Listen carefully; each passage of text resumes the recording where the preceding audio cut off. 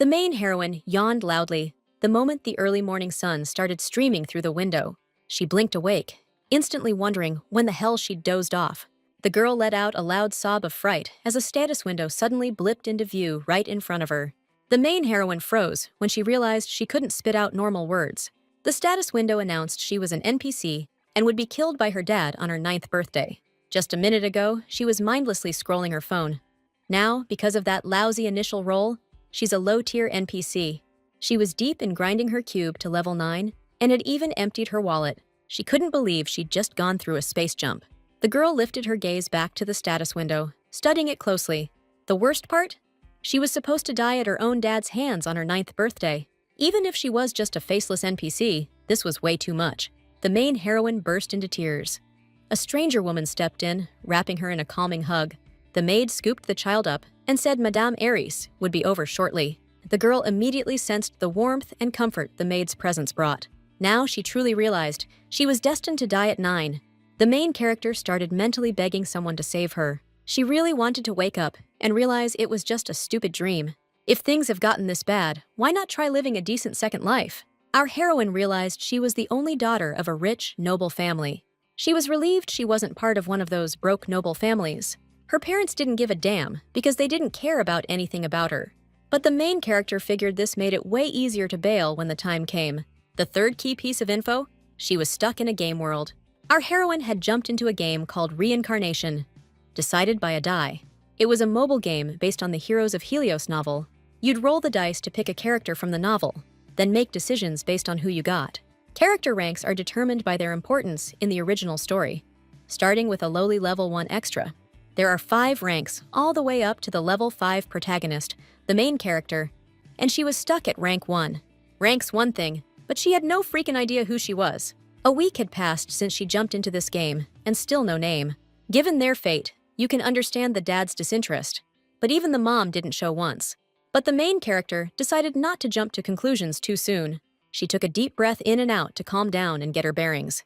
Our heroine was waiting for the name to pop up so she could plan and take on this lousy fate. The status window vanished, and the little girl started yawning from exhaustion. Probably because she's a kid and that's why she wanted to sleep.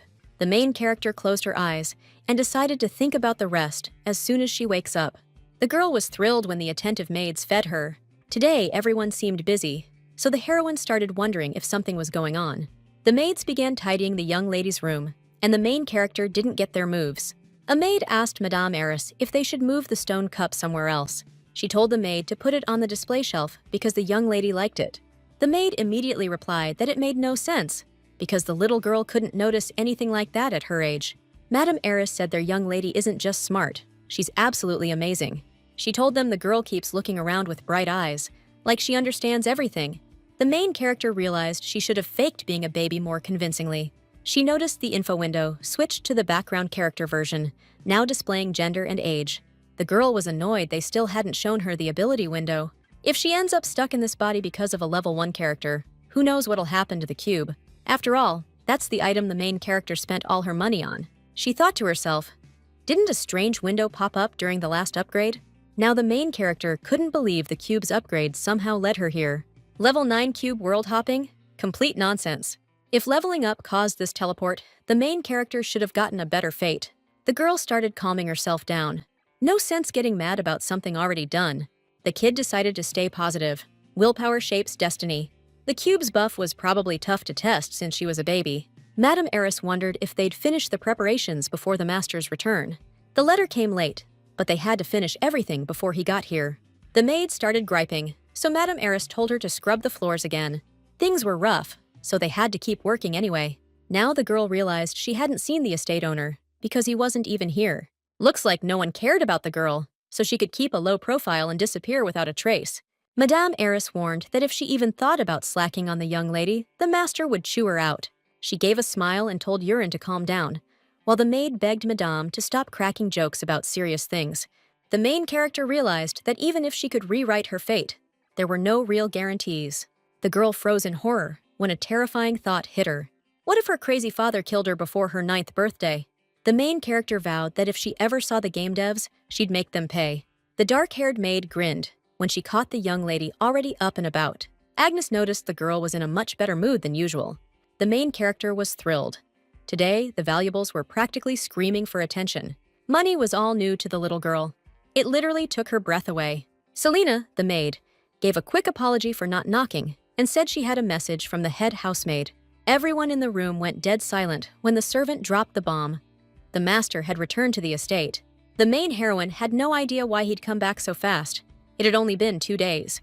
She wasn't mentally ready to face her father, the man who'd ruthlessly kill her down the line. Madame Eris barked at her maids to wrap things up quick. She was heading to meet the master of the house. The girl started panicking. He might head straight to her room. Judging by how fast he showed up, he had urgent business on his mind. Our heroine knew. When things got intense, she just shut down her thoughts and tried to sleep. The girl's eyes went wide the second the door slammed open, and there he was, that red-haired man stepping into the room. Now our heroine knew exactly what her father looked like. The Heroes of Helios was a tale about the protagonist who saved the world from a ruthless demon king. The demon king controlled the monsters' minds, sending them into the human world. To stop him, people formed a suppression unit. All the noble families had to join up. And this year, our heroine's clan was leading the suppression squad. After his mission, he didn't waste time. He headed straight to his little daughter. The heroine was clueless. Why would a man be so cold toward his own child? She wasn't ready, at least not mentally, for a meeting like this with her own dad. He stopped right by the crib, eyes locked on his child with something like, "Focus." He was way hotter than the main character expected. But the dude had this intense aura, like he could punch through a lion or something. The little girl had no clue why he was staring at her like that.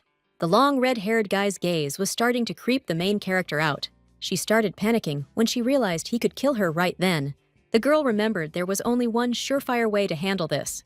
The main character knew the ultimate cheat code for every baby. She turned her head away and acted like she was drifting off right in front of her dad. The girl really hoped he'd back off now that he could see she was pretending to sleep. The nanny told the guy the little lady was worn out, so he could strip off his armor for now. He asked coldly, "Do kids that young even have the guts to hold eye contact?" Madame Eris said. "At that age, they're just starting to explore the world. It's totally normal."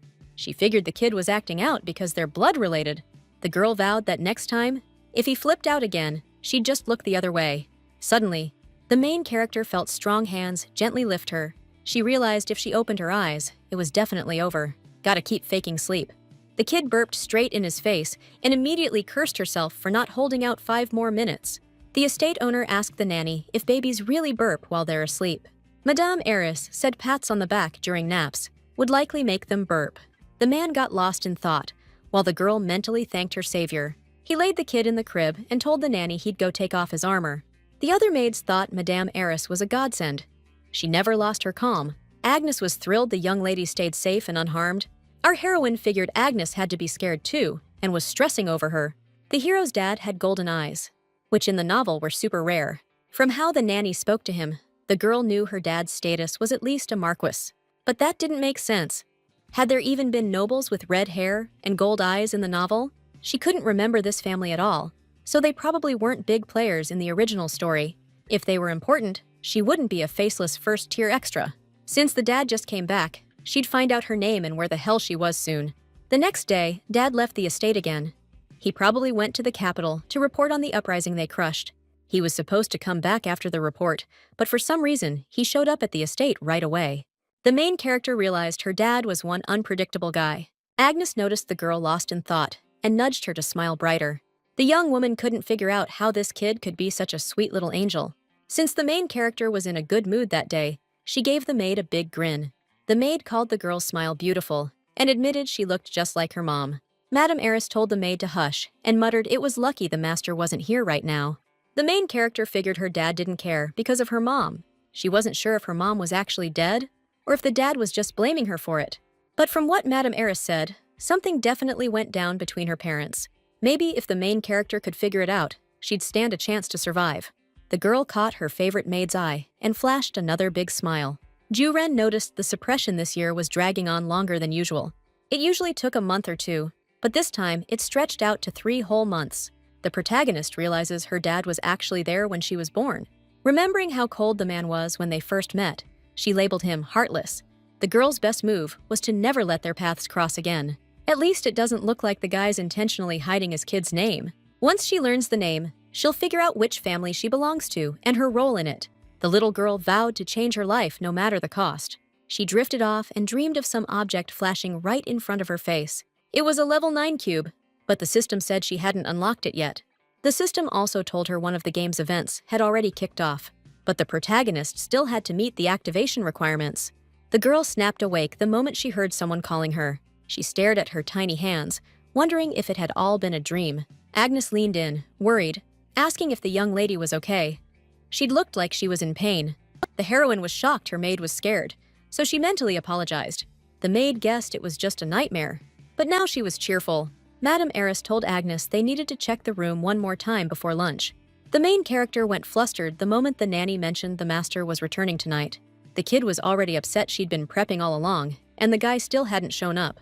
One of the maids walked in and told Madame the master was on his way. Our heroine was caught off guard when the estate owner showed up unannounced again. The guy strolled over to the crib, and the little girl stared right at him. The main character spotted a tiny golden dragon brooch on his collar. She quickly glanced away, and the nanny explained to the man that toddlers are totally moody. The master said since the kid was born, you gotta pick a name for him. The main character was stoked. They were finally giving her a name after 3 months, and really hoped it turned out to be a nice one. Out of the blue, the man said the name Cobra could work for this girl. For a child of a family whose line of work is taking other people's lives, this name's a perfect fit. Our heroine wasn't thrilled. She didn't get how the heck you name your daughter Cobra for that reason. The guy locked eyes with the kid. His reflection was clearly visible in those eyes. The status window popped up and told the main character the time choice event was live. The main character immediately got flustered, not knowing what was going on. She also didn't get why everyone around her suddenly went quiet. The little girl realized she couldn't even move. Suddenly, the system announced that the next choice would be decided by the player's actions, and the girl could move again. Our heroine had the thought that her choice was determined by her own actions. The man's look clearly said that if the girl didn't like something, she could show it to him.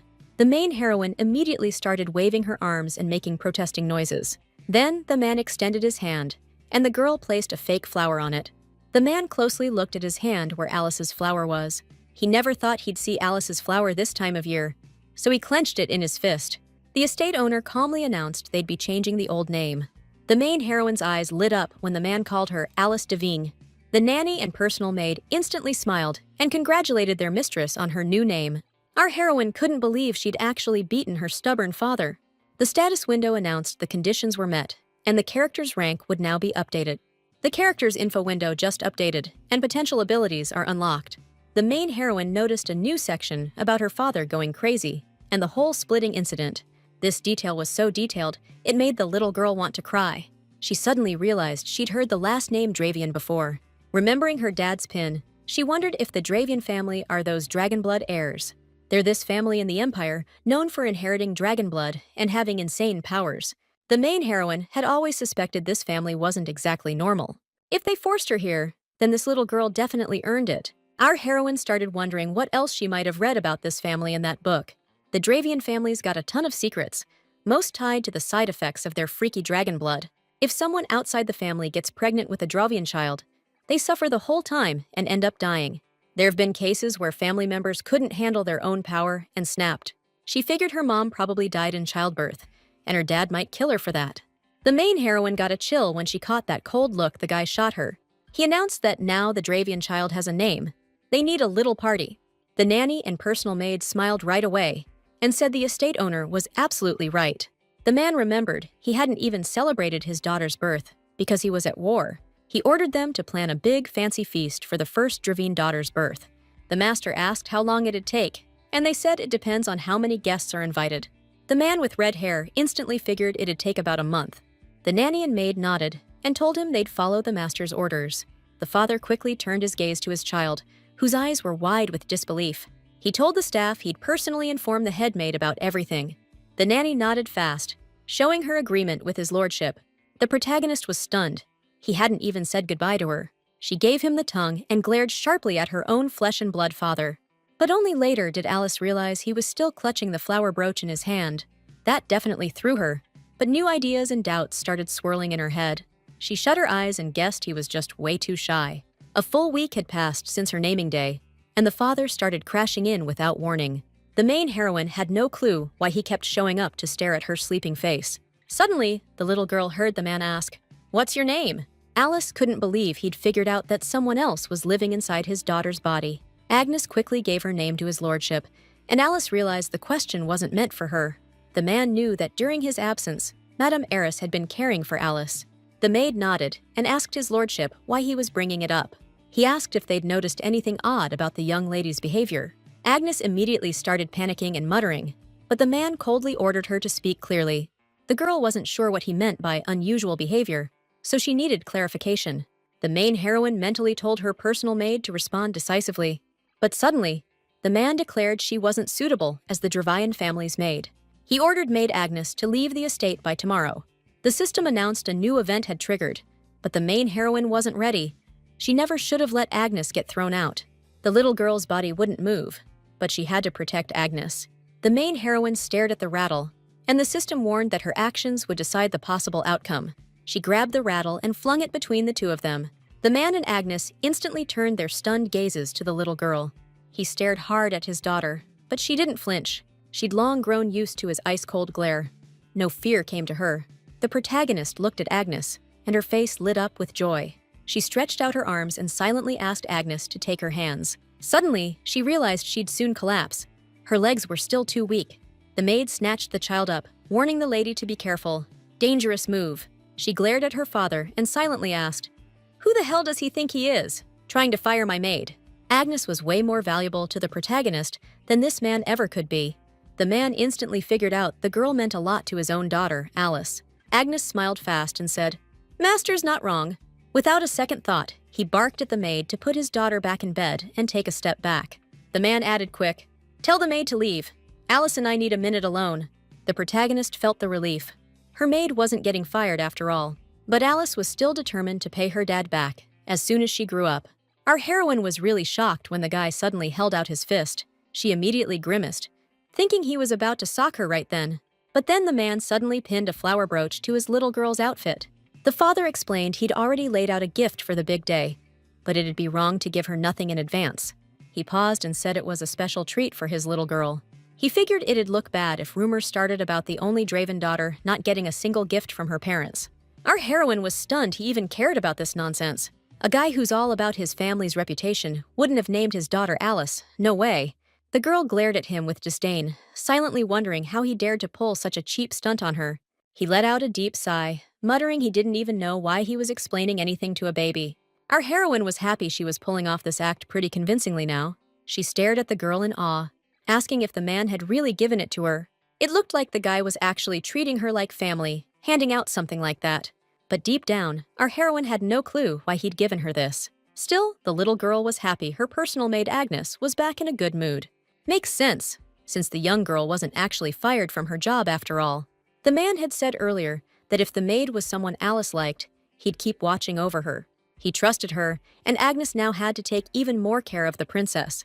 No matter how you looked at it, that brooch was probably made by another people. The maid had never seen a brooch with such a unique cut in her entire life.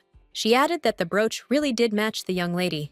Time flew by fast and quiet, and suddenly it was Alice's birthday celebration day. Over time, the main character learned to roll over confidently on her own. Now she could speak in short sentences, still a bit jumbled, but people could finally catch some words. The maids gathered at the young lady's crib, and one said they should start getting ready, since the kid was already up.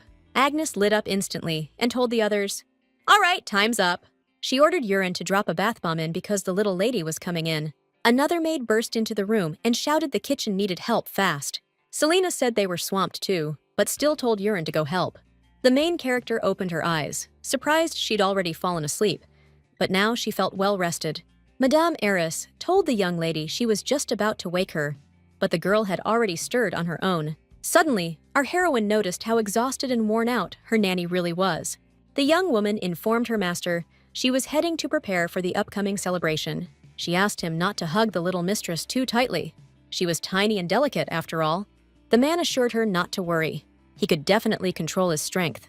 The main character didn't get why her father was hugging her, or where everyone had gone. Alice really hoped the man wouldn't squeeze her like that during her debut. She started pleading with every god in this world to make sure it wasn't true. Suddenly, The little girl recalled the conversation between the nanny and Agnes last night. Madame Eris reminded her that the young mistress's debut would be accompanied by his lordship. Now Alice understood. Madame Eris had meant her father would be the one carrying her. She couldn't change what was already set in motion, so she just hoped for the best. They'd grown closer lately, so in theory, he wouldn't hurt her on purpose. But her father was holding her all wrong, and the main character was super uncomfortable. You've got to tuck the baby's head into the bend of your arm and hold them close. The guy tensed up when his little daughter started wailing and flailing her arms. He asked Alice what was wrong and if she was hungry. He remembered that Mrs. Eris had said she'd just eaten, but the main character wasn't hungry. The guy just needed to hold her neck properly. Alice was thrown off when the guy asked if the dirty diaper was the problem. She started bawling even louder, because she didn't get why the conversation suddenly went that way. But within 5 minutes, the main character stopped crying and just accepted her fate. The guy was confused why she suddenly stopped and assumed it was just a fit. Then, in a more serious tone, the guy asked Alice if she wasn't feeling well. The main character really didn't get why this guy was spewing nonsense now. The guy snapped up because Alice was less active than usual.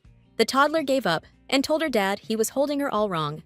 The door slammed open, and the nanny told the guy the banquet was about to start, so he shouldn't go anywhere. He told Mrs. Eris she was just in time because apparently Alice wasn't feeling well. Sir asked the young woman to look.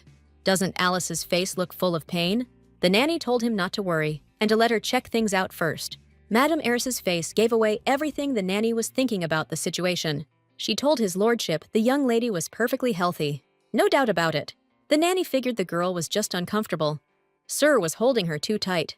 The young lady's still tiny, so you've got to support her neck properly. The man found that strange. He thought he'd placed her comfortably enough. The nanny told his lordship they'd need to leave soon, so he'd better take the child. She demonstrated the right way to hold the baby and said the signal would come in 10 minutes. The main heroine started smiling. The father was actually getting the hang of it. With a slight smile, the man muttered that kids needed way more attention than he'd thought. Then the servant announced Duke Lexius Dravian and the evening's guest of honor, Princess Alice Dravian. The guests congratulated the Duke on the princess's birth, showering her with gifts, though Alice was bored out of her mind. She figured they were almost done, judging by the gifts. The guests were stunned to see a magical beast egg. It was probably high level. A guy congrats the Dravian family on their newborn daughter and says he'll try to surprise her. Duke Lexios figures Sir Albert had it really hard to get that egg, so the gift's special. But to Alice, who probably won't live past her 9th birthday, it was just a pretty rock. She didn't get it. Were there still people queuing up with gifts? Suddenly, the protagonist locked eyes with a pair of gray eyes. Her eyes instantly widened in shock when she realized who stood right in front of her. It was the main game character, Inateo. Alice heard there'd be a royal guest coming, but she didn't think it'd be the main character. Duke Claire heard today's hunt was super dangerous, but thanks to the drains, the damage was minimal. The protagonist figured out Duke Claire was the royal family's only official envoy. For the princess, he prepped a delicacy from Claire's duchy. Alice's dad smirked and said he scored a top-tier dice as a gift. Our heroine stared at her dad in disbelief, not getting whether it was actually a die. It was a hot commodity because in the game, you could only get it with real cash. If the protagonist hadn't bought into it, she wouldn't be stuck in this dumb world. She looked at Enateo, and damn, even for a main character, he was a looker. The heroine froze the second she realized the kid was staring right at her. The prince mumbled the name of Dravine's daughter under his breath. But Duke Claire wished Alice divine blessings, and a side of health and wisdom too. The heroine had no clue what just happened. Prince was definitely about to say something. She was relieved it was over because she was so ready to crash in her bed. Alice froze again when it hit her this wasn't over yet. Servants announced the princess's dad's gift. A bunch of guys hauled in a canvas, covered by a semi-transparent veil. The heroine guessed her dad had prepped a portrait, or something similar. Alice wasn't sure when it was painted, but it'd still be good enough to work with. She locked eyes with her dad and instantly got spooked. Something was off about him. The little girl prayed the canvas didn't have some creepy-ass design. Guests were scratching their heads like, why the hell is there a flower pin on top of the painting? Everyone at the party saw the Duke was basically drowning in love for his kid. The heroine didn't get the guy's head. But yeah, he'd clearly put the work in. If it's Alice's flower brooch, our heroine already had one, so there was no point in a second. She had no idea how to handle this, so she faked being sleepy. Duke Lexios checked the gift, then grabbed the flower brooch. Our heroine was totally shocked when he pinned it on her. Everyone was loving how he openly showed his love for his daughter in front of the guests. He squatted down in front of the kid, ready to say something. but then changed his mind and abruptly stood up, making Alice wonder what just happened. Duke announced the guests had planned some entertainment, so now everyone could enjoy the time. He raised his glass and declared, "May Dravine's future be infinitely glorious." Our heroine had no clue who was making all that noise while she tried to catch some shut-eye. She cracked her eyes open. She'd never heard that voice before. Suddenly, Alice realized, if she didn't know these people, that meant they were strangers. The unfamiliar girl said, "The Duke's daughter just opened her eyes." The kid said, "Her eyes are totally golden, mesmerizing." He told Prince Inateo, "You gotta check it out too. She just opened her eyes." Inateo let out a tired breath and told the kids to at least keep it down a bit. Alice had no idea what was going on. Regular folks didn't even have access to this lounge. It didn't make sense how these kids she'd never even seen before, ended up here with the main character. The kid told Jennifer the Duke was terrifying, but the girl was super sweet. Yeah, the girl totally agreed. This little one was adorable and hadn't even cried when she woke up. Herman asked, "Don't babies usually cry when they're hungry or need a potty break?" That's when the main character realized. These kids' names sounded oddly familiar. Then it hit her. They were the Heroes Group kids. Still, no clue why they were here. Prince Inateo told the kids since they'd seen everything, it was time to scoot. Herman pouted, begging His Highness to let them hang around a little longer. Security hadn't even shown up yet, but the little prince snapped they'd already broken the rules by sneaking in. Jennifer shot back that breaking the rules once meant staying a little longer, wouldn't make things worse. Herman tilted her head, asking if that meant they could stick around after all. She told His Highness if they'd already gone this far, a little more time wouldn't hurt. Her dad was probably too busy with his drinking to care about her. Herman said his dad didn't care either, since the Duke told him to just play it cool until they left. Besides, the kid was clearly having more fun with them than lying alone in that room. Prince Inateo thought it over, then nodded along with the kid's logic. Herman pointed out how chubby Alice's cheeks were, and suddenly he wanted to pinch them too. But Jennifer snapped, "You can't go touching kids with dirty hands." Herman asked, all sheepish, "Aren't we already breaking the rules?" The prince shot back, "The kid could get sick if you touched them with grimy hands." He turned to Mr. Clare.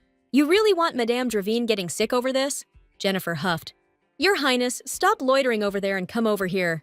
But the prince replied, "I need to stay posted here. Someone might barge in any second." They were all nobles' kids, and Inateo was, after all, the fourth prince. If they told the adults straight up they just wanted to see the baby, they'd totally get away with it.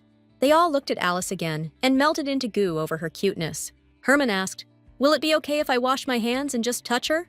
Alice was precious, and Herman had a total little sister crush on her. As soon as Alice started giving those sweet smiles, the kids lost it. Herman reached out to her, and Jennifer said, "The girl's even cuter when she's smiling." The main heroine immediately clung to the finger Herman had held out. The kids were over the moon. It was just too adorable. Herman confessed to Jennifer, "My heart's going a million miles a minute. This is insane." The main heroine caught the look of jealousy burning in Jennifer's face. That's why she reached for Mrs. Windseeker's hand. Jennifer held out her hand, even though hers were still unwashed. She was over the moon when little Alice grabbed her finger too. The kids were obsessed. Alice's tiny hands were soft as a cloud. Anitu told Mrs. Windseeker and Mr. Clare, "You two should be getting back. You've already stayed too long." He told the kids not to touch the child with dirty hands. Jennifer told the prince to come over. Princess Draween was way too cute to ignore, and he could see it for himself. But the prince waved them off. "I saw her when I gave the gift. That's enough." But Jennifer shot back, "You think Inateo tagged along just to check on you two? He wanted to see the little cutie too." Jennifer walks up to the prince and tells him he needs to be honest with himself. Herman's eyes light up when he sees the prince take a step toward the crib. Inigo promises to tell the Duke and the boys' fathers everything once they're gone. The kids just smile and tell the prince to hurry up and reach out his hand. Prince asks what they're doing, but Herman cuts in, telling him to stop acting. The truth? Inateo genuinely thinks this little one is adorable. His face flushes when the baby latches onto his outstretched finger. The main heroine locks eyes with the prince and grins like a fool. Inateo deadpans, agreeing with the kids that the girl's hands are as soft as they said. Jennifer admits she didn't want to come to Dravine in the first place. It's too far out. But now she's glad she did. The truth is, the main heroine's starving, but she won't let herself cry. If it wasn't for these kids, Alice would have cried ages ago. But they might get scared. Alice figures she'll fake a nap to make sure the kids bail. They catch the baby yawning and figure she's about to drift off. Suddenly, Madame Eris walks in and asks if the lady's still asleep. The noble kids panicked when they realized they'd been spotted. The nanny stormed in, clearly annoyed. How in the world did you two get in here? A young woman stepped up to the scared kids and gave them the stink eye. Anateo raised a hand, calm as ever. Let me explain what happened here. He opened his mouth to say his name, when suddenly the baby let out a blood-curdling wail. The kids froze. Is something wrong with her? Jennifer blurted. Herman shook his head. Alice was fine just a minute ago. Madame Eris scooped up the baby. She's just hungry, plain and simple. The nanny turned to the couple. Princess Dravine needs to eat, now. Herman opened his mouth to argue, but Jennifer clapped a hand over it. We're leaving, now! But young Lord Clare started squirming. He didn't want to miss a second with the baby. As soon as the kids left, Madame Eris smirked. Guess our young lady's got herself some new older siblings. Herman and Jennifer bowed their heads. We're sorry for the etiquette fail. Prince Anateo let out a tired sigh. I'm really, really sorry. Dukes Clare and Windsire started apologizing to Alice's dad. We'll keep a better eye on them, we promise. The men promised they could carry out a formal apology if Lord Drowan wished. Madame Eris walked in holding Alice, who was grinning like crazy. Lexios admitted he felt pretty mixed up the second he heard what had gone down in the room. He knew the lords and his highness were still young and prone to mistakes, but youth isn't an excuse for everything.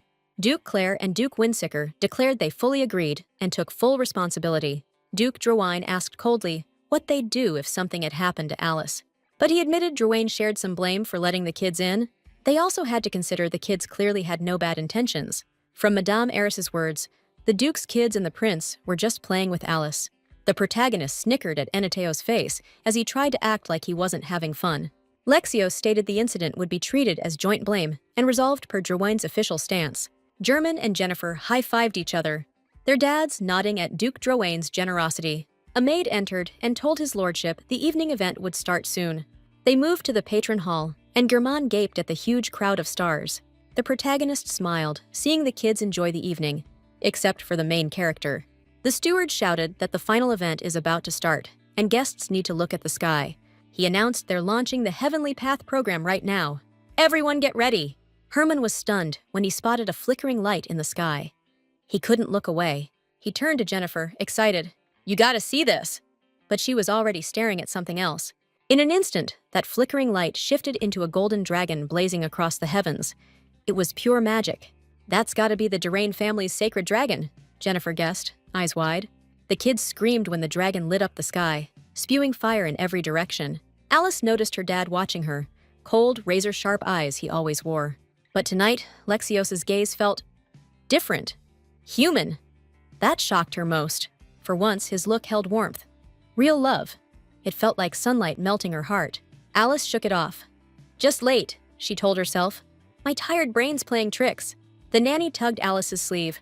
Look up, sweetheart. The second Alice did, she gasped. The flickering light twisted into Alice's exact shape, just like her portrait. It was straight-up enchantment. Guests hushed, whispering. This wasn't just love. The Duke's devotion was unreal. Even Princess Alice's first birthday never got this wild. Alice had never dared to hope someone would do something like this for her. Not in a million years. Lexios's expression shifted the moment the nanny hinted that the young lady was really happy now.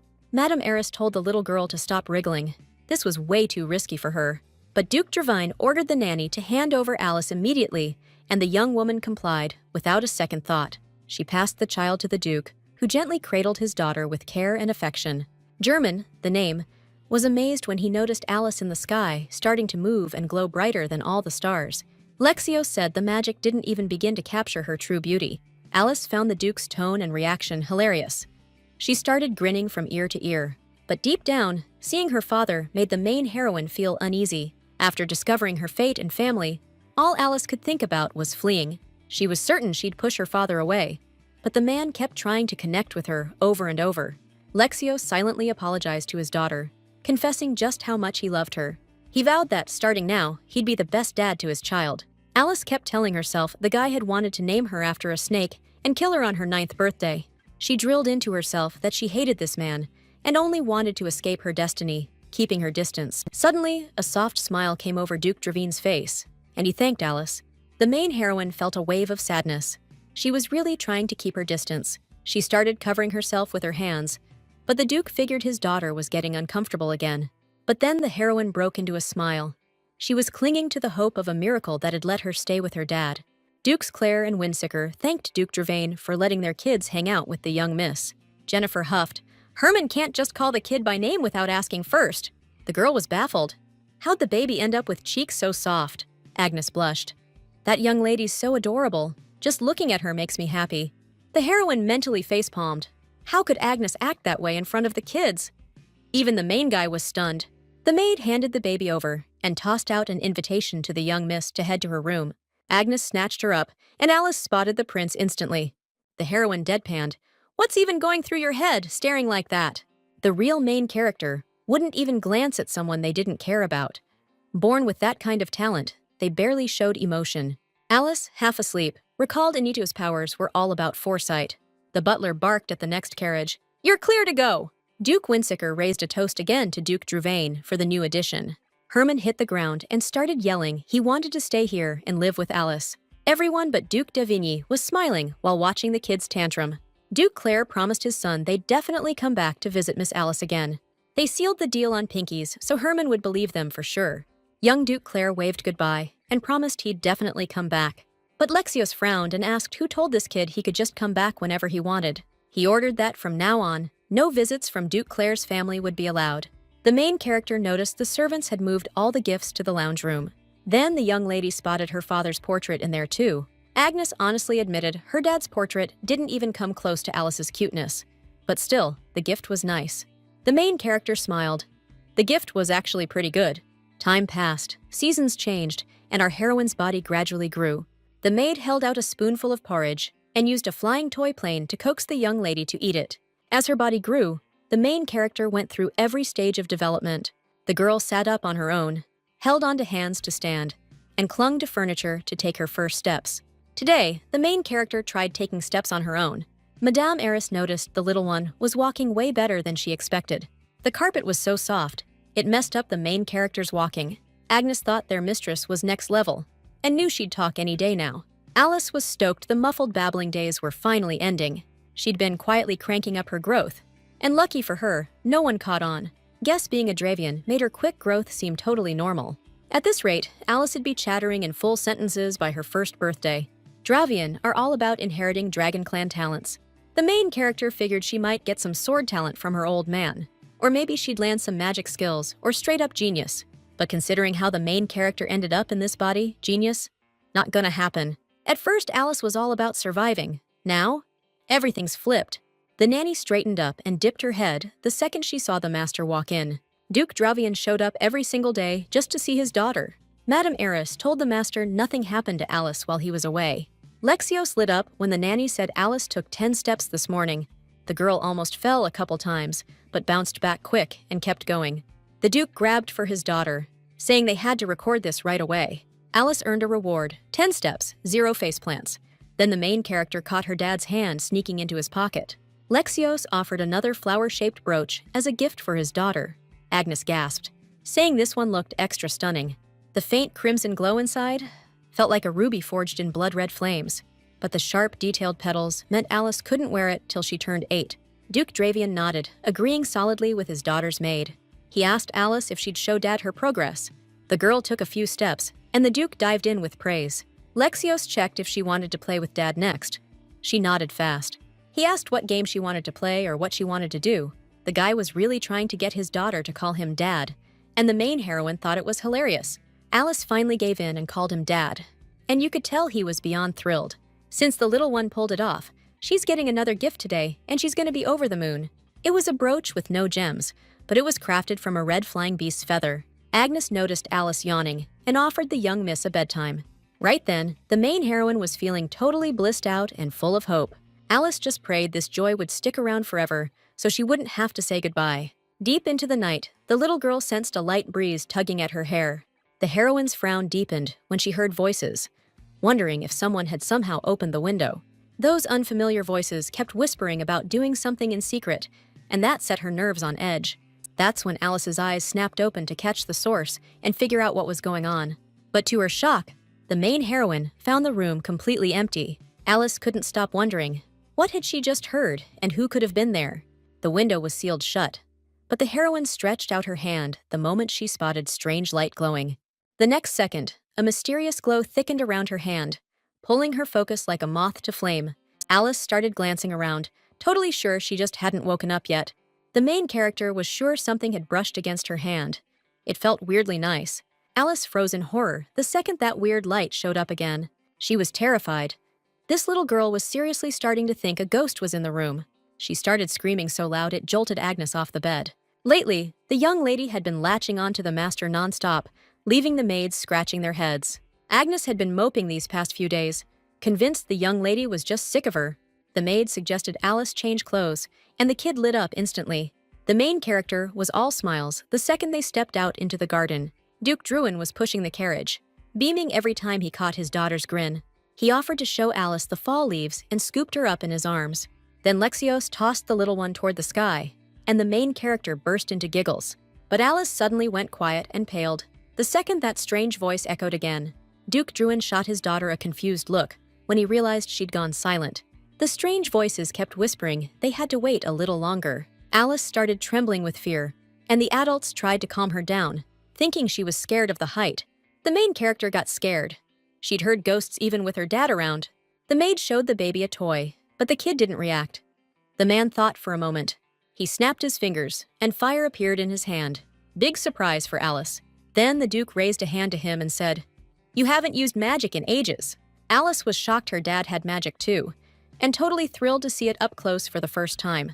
The kid's face lit up with a happy smile, and she reached for the fire. The Duke calmed the nervous nanny, saying the flame doesn't give off any heat. Alice thought the fire was amazing, no heat at all, and reached out to touch it. Lexios warned his daughter the fire was dangerous, and not to just touch it on a whim. Alice looked at her dad expectantly and called him Daddy. He said, "Daddy's fire is special, so everything's gonna be fine." Alice reached out, and the flame exploded outward in a blink. The Duke raised a hand and started shaking it, trying to snuff out the fire. Excited, Agnes rushed over and yanked Alice from his arms. But the flames kept burning, surging straight toward the main character. Mo Shung the voices chimed in, saying this was definitely bad news, making Alice even more terrified. Glowing orbs started popping up around them, and the voice mentioned something about an unexpected resonance. The main character flailed her arms and shouted in confusion, "There's a ghost here!" The man snapped to attention. The second his daughter screamed, "Dad!" Duke Dramin reared back and punched the ground with every ounce of his strength. The orbs zipped off in all directions, and that weird voice said, "This is actually kind of funny." The main character pointed at the orbs, screaming in horror, "Ghosts are here!" The man was clueless, shouting at Alice, "What the heck's going on? Tell me everything!" She kept staring at the orbs, yelling at her dad, "There's a ghost here, Papa!" Only then did Alice realize he wasn't getting a word because of her babyish speech, so she shakily pointed at one of the orbs and stammered clearly, "Dad, that's a ghost!" Duke Dremin looked up, stunned, and muttered, Spirit?" The main character lay in her crib when a random voice asked, "You okay, kid?" After hearing spirit, Duke Dremin kept pacing around, deep in thought. According to the father, the main character mistakenly thought the spirit was a ghost. Wind spirits usually stick to their own realm and rarely mess with the human world. But sometimes things happen. First reason? They get forced to latch onto someone. Second reason? High compatibility, or what you might call kinship. The main character had no clue why they kept swarming around her. The Duke figured the magical flame must have come from a spirit too. That was weird, since regular spirits fear dragon energy. Their family barely had any spirit connections. Alice remembered, even in the original timeline, hardly anyone could control spirits. The main character finally felt relief once she realized it wasn't a ghost. When Lexios saw Alice summon a spirit again, he dubbed her amazing. But Alice was still too young to handle a spirit, something the main character totally agreed with. The Duke started panicking because the kid was scared of them. He ruffled her hair and said, "Don't worry, Dad's got your back." The main character felt the tension melt away, and soon sleep tugged at her. Arid Sepho, the wind spirit mage, confirmed the Duke of Dravian's hunch. The girl actually had the link. What's more, the young lady has a strong connection to wind spirits. They still need to study more to be sure, but in the future, the kid could surpass even him. The wind spirit mage said she's still too young for this. This kind of power is way too much for a kid to handle. Spirits don't usually care about little ones. Arid Sifol warned her that if she keeps fearing spirits, her growth might slow down. Lexios admitted it was the first time he'd seen Alice so scared.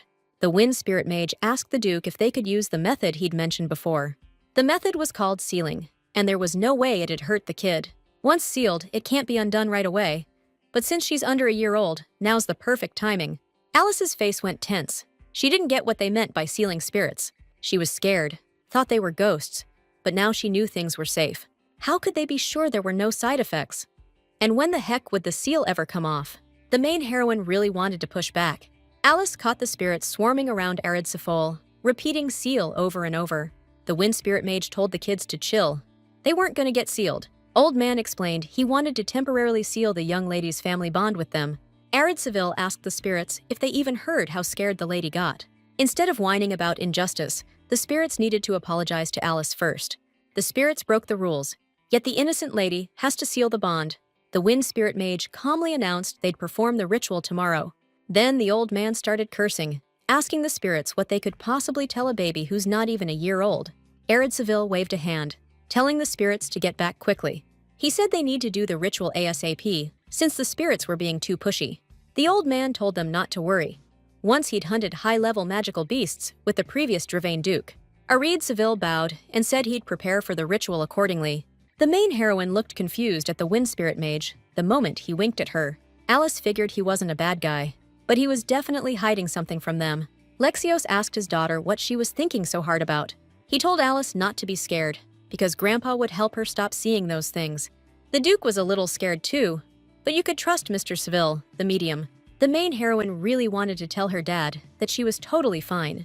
Lexios let out a tired sigh and admitted that sometimes he thought Alice actually got everything he was saying.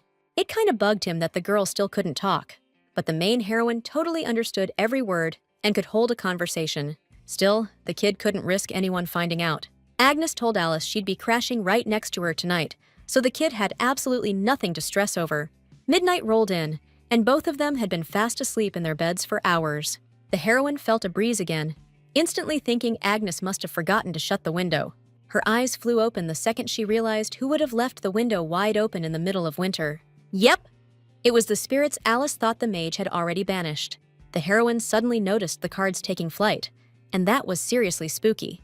The cards started shaping into words. In the end, Alice saw an apology written for the recent teasing. The heroine's eyes went wide when she realized the spirits actually came to say sorry.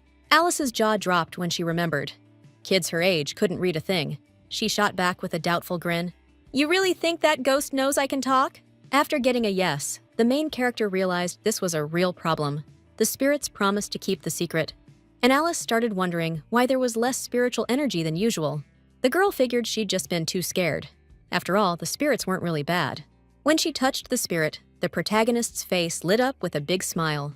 Taking a deep breath, the little girl told the creature she forgave it. She was a bit surprised when the spirit suddenly burst free and shot upward. The creature thanked Alice and begged her not to seal it. The main character sighed wearily and promised she'd think about it. The spirit clung to Alice's face, and she immediately smiled, comparing the creature to a pet. She yawned and said she was hitting the sack, so she wished the spirit a good night. The palace staff knew they had little time and needed to move. The wind spirit mage reminded Lord Draven there was nothing to worry about. The old man was convinced everything would go smoothly and that there was no need to doubt. Arid Sefel asked Alice's personal maid if they'd prepped the lady yet. The Duke asked skeptically where the interest came from, and the mage replied that with age comes wrinkles and a love for gossip. Arid Sefel glanced at Alice's portrait and muttered that it was almost ready. Just a little more work and he'd be set. Lexus raised an eyebrow, asking if they really needed just an empty room for this. The mage said he'd already got everything ready for the ritual and shot a question back at the Duke. How was he going to calm the lady down? The main heroine had no clue why the mage was so worked up about it. Dad stepped over to his daughter and asked Alice if she'd gotten some good sleep. The little girl flung her arms out wide, beaming, and called out to Dad. Lexus's heart slammed in his chest like a wild thing. His daughter's move had him reeling. Since Alice had greeted him so sweetly, the Duke promised her a gift. Something special even. The maid's voice trembled as she pressed. Was the sealing ritual really safe for the kid? The Duke met her eyes, dead serious. It'll be fine. I won't let anything happen to her. A single tear slid down Agnes's cheek as she whispered, Why are the spirits after our little mistress? The main heroine gently rested a hand on her maid's face, trying to soothe her. The wind spirit mage stepped forward. All right, we're good to start the ritual now. Arid Sefel edged closer, voice low. Young mistress, are you ready? The old man met the heroine's gaze. She was giving him the stink eye, clearly not happy. The wind spirit mage told everyone gathered that the spirits were already here. Everything was set, so Arid asked to be handed the young lady. But the protagonist whacked the wind spirit mage's hand and shouted she wasn't doing it. She glared right at the old man and repeated it. No nonsense. Arid reminded the Duke that the sealing ritual was the best way to keep the spirits from getting near the girl. Even if they chase off the spirits latched onto Alice now, unless they cut the bond, more'll keep coming. When that happens, the young lady'll suffer again and cry. If only Alice had spoken up sooner, her dad wouldn't have had to go through this. But the protagonist couldn't spill her secret. People might realize she wasn't the real Alice. Still, the kid was sure her and her dad were on the same page right then. The wind spirit mage was stunned when Duke Dravan called him Uncle Arid. Alice's dad said they'd pretend nothing happened. The protagonist blinked at her dad. She hadn't expected him to say that. The Duke promised the mage he'd pay him twice what was agreed. Since Arid had traveled so far, he could rest up in the duchy a bit longer. However, he firmly declared they wouldn't be performing the sealing ritual. The main character clung tightly to her father, thinking he was the best. The air spirit mage coldly asked His Grace why he'd made such a decision. After all, it was the Duke who sent the help request, yet now he suddenly started backing out. Just because a sick kid doesn't like something doesn't mean the parent should stop treating them. Arid was certain the young lady couldn't make a reasoned decision like an adult yet. Before it was too late, the wind spirit mage begged the Duke to entrust the young lady to him. The old man couldn't believe His Grace intended to neglect the young lady, leaving her among rude spirits. He was sure, from some angle, it could even be considered abuse. One of the spirits approached the main character and begged her to stop the ritual. Alice knew full well the spirits didn't want the ritual to happen either. The main character reached out to the spirit while the Duke lit a flame on his finger. The spirit shifted into a girl, asking the little one, "Aren't you scared of fire?" before begging her to make the Duke put it out. Alice smiled and told the creature everything was fine. No need to worry.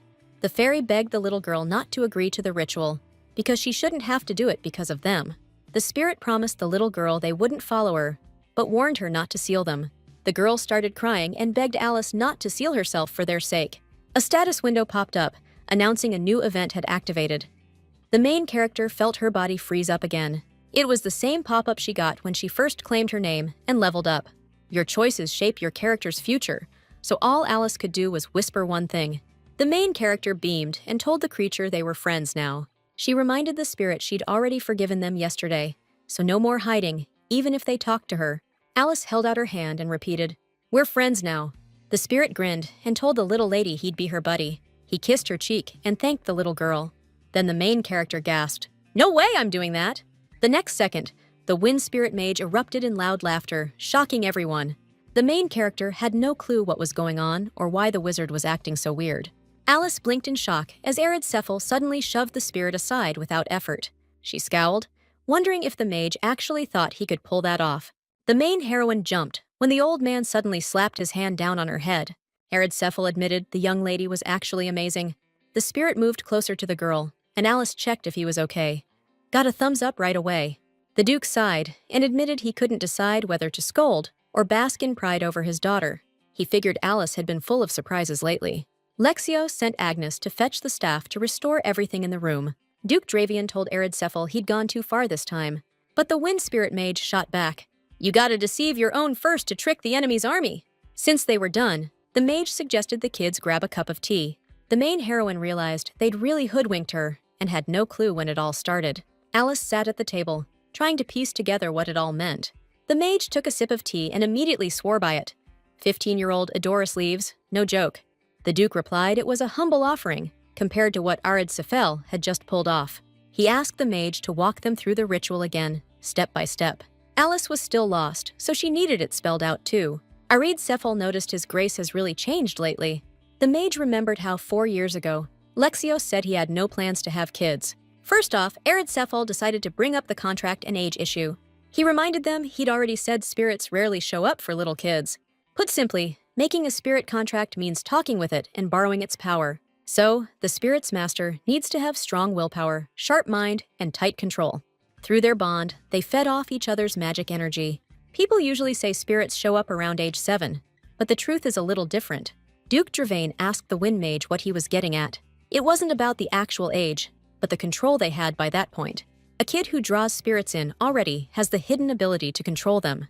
That's why when Aridcephal got the letter, something didn't add up. The wind spirit mage figured the young lady was incredibly smart and talented, but there were some fuzzy parts in the letter, like His Grace mentioned. First off, the lady was scared of spirits. Second, she didn't seem much different from her classmates. Aridcephal said he read the letter and all the compliments about his daughter carefully, but on a general level, Alice was just smarter, not more so. Controlling spirits requires a level of control where raw intelligence means nothing. Given the Draven family's traits, Aridcephal was even more interested, so he decided to see everything with his own eyes. Then the wind spirit mage realized his first assumption was absolutely correct. The young lady just got spooked by their sudden appearance, so even the spirits didn't expect that reaction. But as a Draven heir and spirit chosen, Alice wasn't really standing out. That's why Aridcephal intentionally brought up the sealing ritual. Hidden potential often surfaces in emergencies. The Duke asked, "What if everything went off plan and Alice refused the ritual?" Aridcephal smiled and said he'd just perform the ritual himself. Alice's father sighed and said the mage hadn't changed at all, while Aridcephal noted the Duke had. Either way, nothing bad would happen since the seal would break on its own in 5 years. The Duke declared that was the main problem with Aridcephal's whole approach. Out of nowhere, the mage said he had another question since the ritual prep. It was pretty important. He brought up the brooch Duke Draven gave the young lady, which surprised her. Judging by the sparkle, it's probably made from the precious gems of Albert's lands. They're famous for their beauty. The way it was attached was pretty weird. Doesn't look like something a human artisan could pull off. The Duke nodded, pointing out that a wind spirit mage's got a sharp eye. He couldn't help but notice. Aridcephal, eyes burning with curiosity, asked who made it. After a while, the wind spirit mage stepped back into his carriage and said he had to leave. Too much work piling up. Before he left, he told the young lady, "It's great to befriend spirits, but maybe hold off on the contract for now." Alice asked why, and Arid explained she's just too fragile. Duke Dravine told his little one they'd think about the contract later. The main heroine was relieved. The problem was sorted, and wondered if she could finally speak clearly. Turns out, the little girl's worries were pointless. The adults saw the young lady as the greatest person in the world, so Alice had no reason to stress. Now the heroine could talk, and she'd made some solid friends. Everything was looking up. Agnes tucked Alice in and mentioned she had a gift for foresight. The maid said a few days ago she had a dream where the young lady was talking to someone. She couldn't hear the other voice, but the girl said goodbye sweetly and wished them a good night. That's why Agnes was totally shocked when the young lady started talking in the daytime. It sounded like something out of a dream. The main character closed her eyes and told her maid she wanted to sleep already. Agnes immediately turned off the light and wished Alice good night. Our heroine smiled in confusion and realized she'd need to be way more careful next time. Only 2 months left until Alice's first birthday. Since it was her first birthday, the Duke wanted the celebration to be huge. The nanny and maids instantly knew what was coming. The whole manor erupted into chaos in seconds. Some panicked over the massive guest list. Others had no clue what fabric to use for the dresses. But the invites were already printed and ready. Everyone was swamped prepping for Alice's birthday, except Agnes, who was stuck babysitting the kid. Nobody else even showed up in the nursery. The maid was trying to teach the girl new words. Maybe all this was because of that medium's words. Lexio suddenly walked in to see his daughter, only to notice she was kind of busy. He asked Agnes to step outside with him for a minute. It had something to do with Alice. As soon as the main character was alone in the room, she spotted her friend and raised her hand, calling out to him. A green blob of energy instantly started swirling around Alice. The girl wanted to know her friend's name. Turns out his name was Siffy. The main character repeated it again to make sure she got everything right before asking for help. The spirits weren't about to say no to helping. Alice told them to hide. She hadn't even signed a contract with them yet, but they were already following the kids' orders without question, something that totally thrilled her. The heroine decided to try this out today, too. The little girl walked over to the mirror. She just couldn't stop admiring her cute reflection and never expected her stat block to look this hot. Maybe all the 9th level cubes bonus had boosted her looks. Siffy told the heroine someone was heading into the room. Alice was back in her spot in a flash, and the spirits vanished. The Duke reappeared in the room with Agnes a second later, arms loaded with gifts of all different sizes. Every single one was for Alice. Even though there would be time to exchange gifts at the party, they'd already been sent ahead, so the next room had turned into a storage closet. This was the first time the main character had ever gotten so many congratulations, and it was all thanks to the Duke. She leaped into her dad's arms instantly. First up, a gift from Marchioness Raedras. She sent her wishes for health and prosperity. to Lord and Lady Dravian, along with a music box. Perfect for opening while the young lady is asleep. Next gift, from the workshop team. They wanted to show appreciation for recent orders. Something Lexios found pretty surprising. A handcrafted plush bear. The toy had some kind of necklace attached. The note said it needed opening, so Agnes told the little one she'd handle it. Inside was another amethyst flower. The maid reached for the new gift. She was about to read the note to see who sent the box, but immediately got flustered. Surprise flashed across her face. Turns out it was a flower pot. The color was pretty nice, and inside were seeds of Azure Alice, which grows in the north. Agnes suggested checking out another gift. Suddenly, the note from the last gift fluttered into the air. Then it landed right at the feet of the blonde little girl, and the protagonist stared at it in shock. She realized that flower pot had come from Herman. Alice guessed it was that grinning kid and wondered why they were hiding his name. Last time, Herman didn't want to leave Alice, so Lexios decided to deny the Claire family a visit. The little girl realized her dad was mad she liked that boy and jealous of her for being with a 5-year-old. The Duke realized his daughter had seen everything. Alice was dying to say something, but it'd only make the misunderstanding worse and get Herman in trouble. So she asked who Herman was. The kid stretched out her hand toward her dad. Out of nowhere, she touched his cheek and in a cute voice called the Duke, her dad, and said she loved him. Lexios replied he loved her too, but it didn't hit him until later. The Duke realized his little daughter just confessed her love, and a heart-shaped card was lying next to Alice. Agnes's face lit up with joy instantly. She congrats him on the moment. Lexios gave his daughter a warm, loving look again. Then he pulled her into a tight hug and said, "Dad loves you just as much." And Alice giggled with delight. Lexios almost choked up at her words. He told her he'd get her a present too, something awesome and special, and he promised Alice he'd do his best to make it ready quick. The girl declared her dad was the best ever. The guy was floored by those words. He pulled his little girl into a hug and mumbled an apology, but Alice just giggled. Lexios told Alice he showed her the worst of himself and was totally embarrassed now. From now on, he's not going to forget a single soul who brings a gift. The kid mumbled something about more gifts from Germain. The Duke's face went all baffled. The spirits let the main character know Germain sent more gifts. That's why Alice asked her dad that. Agnes waddled in with a few more gifts. Turns out Germain sent those too. The main character was wondering if one guy sent too many gifts, when the maid suddenly started reading a letter. Germain wrote he missed her something fierce and begged Alice to stay healthy. In the second letter, the kid said he really wanted to come visit. Problem was, Duke Dravain hadn't given the okay yet. Agnes cracked open the third letter next. Germain was like, "Dude, why won't the Duke let me come? I'm super confused." The main character could only imagine how crushed that 5-year-old must be. No one even told him why. Lexios promised it wouldn't happen again. Since it was the first time, Alice decided to look the other way. The heroine's face lit up with a happy smile, brightening everything around her, and she called her dad super handsome. Lexios was moved by his daughter's words. Agnes couldn't hold back her tears watching this. Soon after, a letter arrived from Herman, who joyfully wrote he'd finally gotten permission from Duke Dravian. He really wanted to play with Alice, but his dad had a ton of work. But the kid promised he'd definitely make it to the birthday. Jennifer thought Alice might not remember them, since that meeting was too short to stick. At first, Herman felt sad about it, but now everything was fine. Turns out, the kid planned to arrive early for the party. That way, they could play longer, which immediately made Duke Dravian's face grim and clearly annoyed. Alice hoped they wouldn't torment Herman this time. The birthday was just around the corner. The heroine took a deep breath, completely clueless about what Dad and Agnes were always up to. They were really deciding which brooch to pin on Alice's dress. Agnes pushed for the 114th brooch, but Lexios called it nonsense, insisting the 98th was the clear winner. That one was too flashy and didn't suit the little one. The main heroine was dead, sure that's exactly how the argument played out. Syphi zipped over to the little one and whispered Madame Eris looked busy, probably clocking 0 downtime. Guests were coming in droves, so no rest for her at all. Alice started thinking her nurse should take a long vacation after all this. Agnes peeked in, asking if the little one was bored sitting alone. Prep was almost done, so the maid offered to show the young lady around. Alice, of course, jumped at it. The event would have more guests than expected. Agnes asked, "Isn't that just wonderful?" But Alice wasn't thrilled. Who'd expect so many guests for a bit player's birthday anyway? A system window popped up in front of the little one. It reminded the little lady that on her 9th birthday, her own father would tear her apart. So nothing changed at all.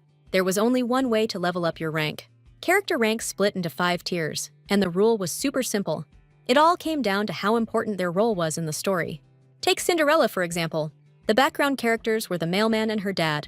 The stepmom and stepsisters? They were side characters. Even the fairy godmother, who sent Cinderella to the royal ball, was just a side character. And Cinderella and the prince? Straight-up main characters. The point was clear. How much you shaped the story mattered way more than your character's status. Look at Alice. Everything clicks into place. Even though she's the only daughter of the Durain Duke family, dragon heirs, she started as a background character. Now she got why she couldn't remember Duchess Durain. The whole story began after that woman died. The novel the protagonist got dragged into starts when Inateo turns 14. By then, Alice would be 10. Yeah, she's got a solid relationship with her dad now, but her fate to die at 9 doesn't change. Lexios is going to be wrecked when he realizes what he messed up. To avoid a tragedy, you need to level up faster. Alice didn't know how high she had to go to change her fate, but she definitely needed to keep improving her skills. That way, she could find a solution. Alice tried to level up on her own, but it didn't work out. Agnes picked her up and told her she'd carry her this time, but next time, the young lady could try again. The question was, when would she finally grow up and level up already? Young masters are arriving tomorrow, so preparations are in full swing, and the guest rooms are being set up pronto. Alice was shocked that Dad approved something like this.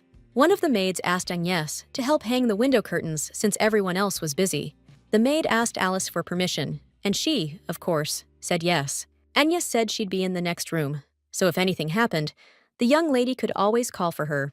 Then the maid left immediately. Everyone was so busy they were starting to lose their minds. The main character started playing with a ball, but was surprised when someone suddenly knocked on the huge door. For some reason, Lexios decided to check on his daughter when Agnes wasn't around. Alice immediately put on a show of being completely calm.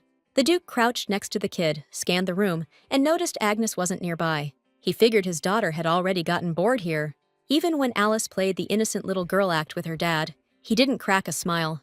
The door opened, and someone thanked Agnes from the other side. She responded that she was happy to help. The maid froze, startled to see the master. The Duke mentioned how Agnes had been helping the other maids with their chores, and she'd promised to stop. But Lexios had seen this exact thing happen a third time. Agnes started trembling, repeating her apologies over and over. It's true a personal maid shouldn't take on others' duties, but the main character herself had given Agnes the green light. It probably eats at Agnes, watching others work while she sits back. The Duke shot back. Does loyalty mean you ignore your responsibilities? He told Agnes she was showing him no respect right now. She begged forgiveness again. But Lexios wasn't buying it. Didn't think a maid could just flip the switch like that. Just days ago, he'd been thinking Alice needed her own personal maid. Agnes told her master he was right. High-ranking nobles' kids usually have maids watching them. Our heroines always had good luck being right by Agnes's side. Lexios already found a suitable candidate. Agnes was so out of favor. Agnes, with a nervous smile, asked her master if she should start training a new servant tomorrow. But the man said no need for that. The maid, tears in her eyes, tried to explain the young lady wasn't like other kids her age. But Lexios reminded them the main thing a servant needs is blind obedience. Agnes didn't push back. The heroine was terrified by her dad's sudden decision. The Duke reminded everyone that Agnes's grandfather, Carlos Imanson, was a knight under the old Draven Duke. An investigation showed Agnes's father came from a noble family that fell from grace. To honor Carlos, the Duke gave the Imanson family the Baron title. That made Agnes Lady Imanson. A noblewoman can't be a servant, so Agnes needed to be an official companion now. Lexios figured it was a necessary move for his daughter. Duke vowed to hand out strict punishment if he spotted any slip-ups. Agnes gave a serious nod, letting him know she got it. Lexios had a ton on his plate and had to head out, but he made sure to remind Agnes not to forget her new responsibilities. The girl was fighting back tears, barely holding it together. Then she thanked the young lady, vowing to work even harder so she wouldn't bring shame to her name. Alice flashed a smile. I trust you, she said. They told Herman to take it slow, but the Duke had already roasted him for being clueless. So yeah, same difference. The protagonist was all set to welcome guests. The door swung open, and there stood Herman with Jennifer. Lady Windseeker shushed the kid. You'll scare the little lady if you shout like that. Then she did a quick curtsy. How have you been, Lady Dravine? Herman jumped in. I was supposed to say hi to Alice first. Duke Claire strolled in, already scolding his kid for yelling. Lower your voice! The protagonist caught the tension in her dad's face. Nope, kids weren't welcome here. Claire apologized to Alice for stopping by so early and asked how she was doing. The kid let out a loud laugh. The unfamiliar aristocrat greeted Alice and said the young lady was as amazing as they'd told her. Claire leaned in, scolded his son. Be polite to the lady. Alice didn't get why her dad wasn't leaving or walking the adults out. Lexios hesitated for a while, but eventually left the room. Herman approached the kid, asked if she'd been doing okay and if she'd forgotten him, but Jennifer stopped him. Don't overwhelm the girl with questions. Agnes suggested the young master and lady take off their coats and wash up first. They did as she said. Alice caught how nervous Herman was and figured being polite didn't come easy to him. Jennifer had already greeted her, but asked if she could do it again. She sat across from Alice and introduced herself as Jennifer Winsicker, daughter of the Marquise Winsicker. Then Herman introduced himself. He immediately added how cute the kid looked. Jennifer agreed, but decided to mention the rumors she'd heard about spirits coming to the young lady. A lot of people think it's ridiculous because of her age, but considering the Draven family's special heritage, it might actually be true. For her age, Jennifer spoke clearly, but Herman wasn't bad himself for being so young. Lady Windseeker asked Lady Draven if she understood what they were saying to her. Alice didn't get why they brought up spirits. Jennifer watched the little girl closely. Herman and Lady Windseeker got a bit down once they realized Alice still didn't get it. Agnes smirked instantly. The kid told his friend everything was cool, since they were expecting this all along. Still, young Lady Draven was stunning. Out of nowhere, Alice waved and said hello. Lady Windseeker scolded clueless Herman for teasing, but he shot back that he didn't do anything. But Jennifer was dead sure he was the one faking the kid's voice. Alice burst out laughing, watching the whole thing. She called out the guys' names clearly, raised her tiny hand, and waved at them. The kids couldn't believe their ears. Alice just said, I said hi. Herman and Jennifer's faces lit up. Miss Dravine was just too adorable. Agnes just rolled with it like always, even if she saw it every day. Herman asked Alice again if she could understand them, and she nodded. Then he worked up the nerve to ask if she remembered him, and the main heroine instantly went all contemplative. The side character figured Alice probably didn't. Even for young Miss Dravine, remembering someone she met at 4 months was a stretch. But out of nowhere, Alice pulled out Herman and Jennifer's gifts. The kids were blown away by the Dravine family's skills. The main heroine beamed, secretly catching herself thinking how cute they both were being. Out of nowhere, a spirit zipped into the room. Jennifer had never seen a spirit up close before, but this one was way more vibrant than she imagined. Herman couldn't see it at all, and Alice explained how people see spirits differently depending on how related they are to them. That meant Jennifer was the heir to the mighty Windseeker bloodline. The girl's family name originally meant Windseeker. Her ancestor was totally obsessed with wind magic. The main heroine figured that's why Jennifer was so into her. Herman got real bummed when he found out Alice could see spirits too. He thought it was totally awesome to hang out with creatures like that. Even though Alice hadn't signed a contract with Sippy yet, she still asked if she wanted to play with Herman. The kid instantly felt a little breeze right next to him. He didn't even realize his finger had just missed Sippy. Spirits were physical manifestations of elements, but somehow Herman managed to get close enough to touch it. The kid still wasn't sure if he'd actually touched it or not. Herman started panicking he might have killed the spirit. Out of nowhere, Agnes told the young lady and gentleman it was time for Alice to snack and invited them to join. Of course, the kids didn't say no. In the end, they all dug into some awesome cake. After that, Herman and Jennifer played with Alice, using the ivy plushies scattered all over the room. As soon as night fell, Agnes tucked the little one into bed. Tomorrow was already her birthday, and Alice couldn't fall asleep. The personal attendant, watching the kid closely, noticed she was wide awake and decided to step closer. Herman and Jennifer strolled into the room. Agnes asked the guys why they hadn't gone to sleep yet. They apologized for staying up so late, but it was midnight, and they wanted to be the first to wish Alice a happy birthday. They'd probably worn themselves out playing with the kid all day. Alice thanked them for the birthday wishes. Herman and Jennifer's faces lit up with joy when they saw Alice's eyes sparkling with happiness. The kids said goodnight and went back to their rooms. The main heroine had been wondering why she couldn't sleep, but now it all made sense. Agnes leaned in toward the young lady and gave her a warm birthday greeting. Alice was thrilled to get so much attention. She didn't even realize she'd fallen asleep. It was cloudy outside, but snow wasn't in the forecast. The protagonist slowly opened her eyes. Her personal attendant was already beside her crib, asking the little girl how she slept. Today was looking busy. First up, Agnes gave Alice a bath, then dressed the little miss in a cute yellow dress. Suddenly, the protagonist looked like a tiny angel. Alice's face was seriously adorable. Agnes pinned a tiny tiara to the little lady's hair. Today was all about the protagonist, so she was going to savor every minute. Everyone else was still busy. Back in the day, the protagonist would have fretted about her friends and rushed to help. But today, everyone was doting on her instead. Still early to tell, but Agnes was already proving a top-notch maid. Suddenly, someone stepped into the room. Duke Dravine, who instantly lit up with a warm smile at the sight of his little girl. Alice was always the most beautiful in his eyes, but today she looked extra special. He wished his beloved little princess a happy birthday. Lexios promised the little girl he'd give her a gift later during the ceremony. But the Duke thought it'd be sad to give the girl nothing now, so his hand slowly reached into his pocket. Alice hoped it wouldn't be another brooch. She asked her dad to do it later. The Duke replied he'd definitely do it later, but she'd probably want something right now. But the kid asked again to wait for the gift. Lexios realized he couldn't do anything about it. The main character was glad she'd managed to save the canvas. Duke Dravine needed to work, so he headed for the door and told his daughter they'd meet later. Now Alice could relax until 2 o'clock. But the heroine had no idea what to do with herself. A spirit flew into the room and asked the young lady if she was bored out of her mind right now. Alice totally forgot about Sifai. The spirit panicked, not knowing what to do. Out of nowhere, he told the kid he was flying out and would be right back, and the main character didn't protest. He burst out onto the street.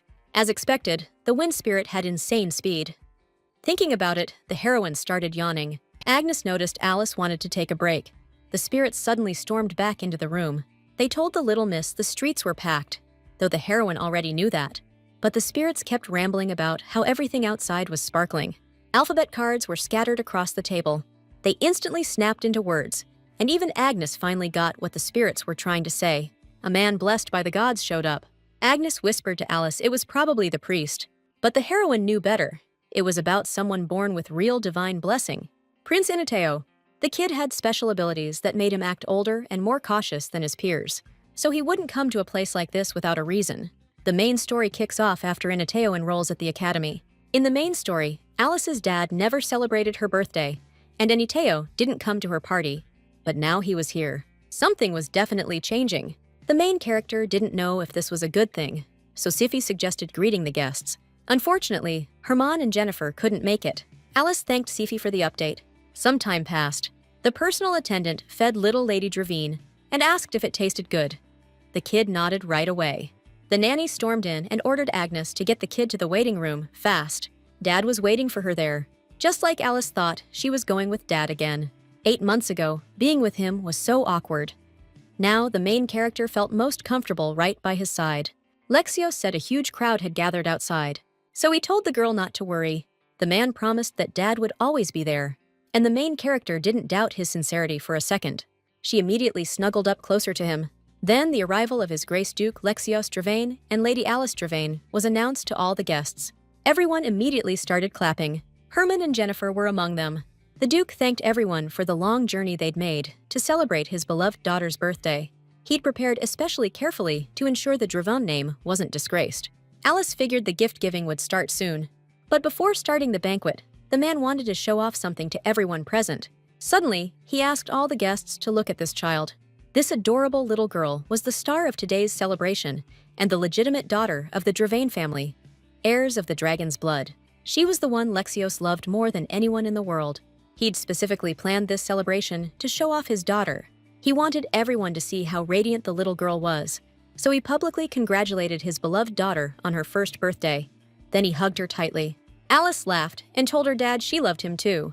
Lexios was over the moon in that moment, when his little daughter's hand reached up to his face, a smile lighting up his features. Live music struck up right then. Gifts were about to start being handed out. Madame Eris announced that the first gift would be presented personally by His Highness Inateo, the 4th Prince of the Great Empire. Alice didn't get it. Whoa, was it normal for royalty to show up this early? Inateo was just 5 years old. Sure, he was royal blood, but it was weird he was the one stepping up for this. But even at his age, the kid had this graceful vibe.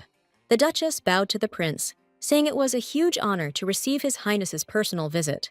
Inateo shifted his gaze to the little girl. He locked eyes with her again, so Alice started thinking he was about to use his unique ability. She wondered how he was seeing her through that gaze. Inateo took a step forward and gave his blessing to the Dravine family's daughter. Out of the blue, he whispered the word, "Destiny." The Duchess thanked His Highness. Prince Name spun on his heel, leaving the heroine baffled by his words and striding back to his table. He'd said it pretty quiet, but Alice caught it. She had to talk to Inateo now. Guests started lining up one after another to wish Alice a happy first birthday and hand over their gifts. Everyone wanted her to grow up healthy and strong. The Duke always gave polite nods and murmured his thanks. But the clock kept ticking while the crowd kept coming, repeating the same well wishes. Alice had been sitting like that for almost 2 hours. She was waiting for her dad's moment to come up. She was dying to see what he'd got. Probably something to do with the alyssum flower. She glanced at her brooch. Maybe one day she'd finally get her answer. Madame Heiress announced it was Sir Albert's turn to present his gift.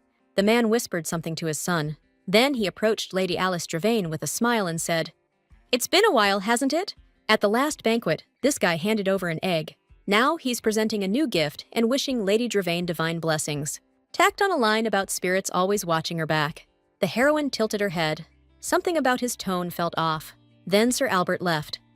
The heroine's eyes went serious. She had no clue why he'd said that. The Duke thanked everyone for their gifts. Now it was his turn. He signaled the servants to bring it forward. A few minutes later, the heroine spotted stunning flowers in a pot, shimmering under the chandelier's glow. The gift caught her off guard. Then it hit her. The flowers were crafted from precious gems. Lexios gestured to the silver bloom at the center. The girl instantly saw her own face in it. He told Alice he'd never forget the moment she first said she loved him. A servant wound the mechanism hidden inside the planter.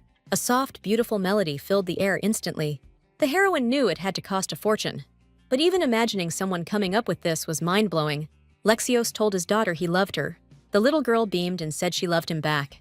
The guests all jumped in, singing her birthday song together, turning the room into a party. Alice tugged his arm, begging to be set down, and the Duke just chuckled and let her go. No one expected the kid to take a step, let alone a full stride. Grinning from ear to ear, Alice waved to every guest at her first birthday bash. None of them were here by accident. Every one of them had an agenda. But today, they were all toasting Alice's birthday, so she raised a glass. Well, a tiny cup, and thanked every last one of them. That speech hit hard, tears welling, hearts a-melting. Sir Albert was the first to clap. Big, booming applause. The crowd caught the beat, and soon the whole hall was clapping for the little lady. In that moment, Alice was pure joy. Mr. Windseeker was halfway through his wine, muttering about how it was the nectar of the gods. Herman was circling Alice like a hawk, cooing how cute she looked. The little angel in a party dress. Jennifer told the kid she was absolutely stunning today. The main girl smiled and thanked them. Every time Elise said something, Germain lit up, eyes all bright with joy and happiness. He gently took her hand. Jennifer smiled when Alice touched her hand. Agnes approached the kids and said the dining hall was all set for them, so they better head over right now. The kids didn't argue. Minutes later, they were already seated at the table, chowing down. Agnes noticed they'd finished their meal and let them know dessert was on its way. Cake, to be exact. Right then, someone knocked on the door. Turns out it wasn't the servant with the dessert. It was Prince Inateo. The kids all gaped at him, surprised. Prince Inateo shifted his gaze to the main girl and asked if he could come in and join them. Alice just wanted to mess with him. She nodded at Agnes, giving the go-ahead to let the prince in. Inateo told her attendants to wait outside and let him hang out with the other kids. Agnes greeted the Helios royal family. She offered him some food, but the kid turned it down. Inateo said he came here to talk to Ms. Dravine, but the next second, someone shoved a piece of cake in his face. Herman told the prince it was delicious. Alice was stunned by the kid's behavior. She started praying to the gods to keep Herman from getting torn apart for disrespecting the royal family. But Anateo just calmly swallowed the bite. The fourth prince told young Mr. Clare to stop shoving food into people's mouths without permission. Herman immediately nodded eagerly. The prince wasn't supposed to stand, so the kid sat him down instantly. Then he slid a plate over to Anateo. Herman grabbed a dish and asked His Highness if he wanted to try it right now. Anateo told him to stop, but Herman wasn't listening. Mr. Clare explained to the fourth prince that he'd asked to be asked up front, so that's exactly what he did. Besides, he put it on the plate, not in his mouth. But Anito told him to stop again. Herman's dad always told his son stories about how the prince barely eats, so this whole thing had him really worried. Anito said Lord Clare's just spreading rumors, but Herman begged her to admit it tasted good. To the main heroine, though, the dynamic between these two guys was totally weird and out of the box. The prince caught Herman's look and told him to speak up. Young Lord Clare reminded everyone Anateo had come here with Alice. But what exactly? No one knew. It was a secret. Herman asked him to spill, but the prince shot back. Then it wouldn't be a secret, now would it? Young Lord Clare didn't get how a secret with a 1-year-old could make sense. But Anateo knew. Alice totally got it. That's why Herman was dying to know. But the prince snapped, Cut it out! You're acting like a child! Young Lord Clare had never been alone with Alice before, so he was actually starting to envy the fourth prince. Jennifer figured out she'd never actually been alone with Alice either. Herman was already imagining how awesome and amazing it would be if he stayed alone with Alice in this room. But Lady Windseeker asked why the two of them needed to be alone. The kid firmly replied he tried grabbing Alice's hand. He just wanted to, because he'd always held hands with Jennifer. Both hands, never just one. Herman glared at the prince, asking if it was true he just wanted to talk to Alice. Mr. Clare asked him to explain things clearly, because Herman was sure Eniteo wanted to hold Alice's hand and was making up excuses to hide it.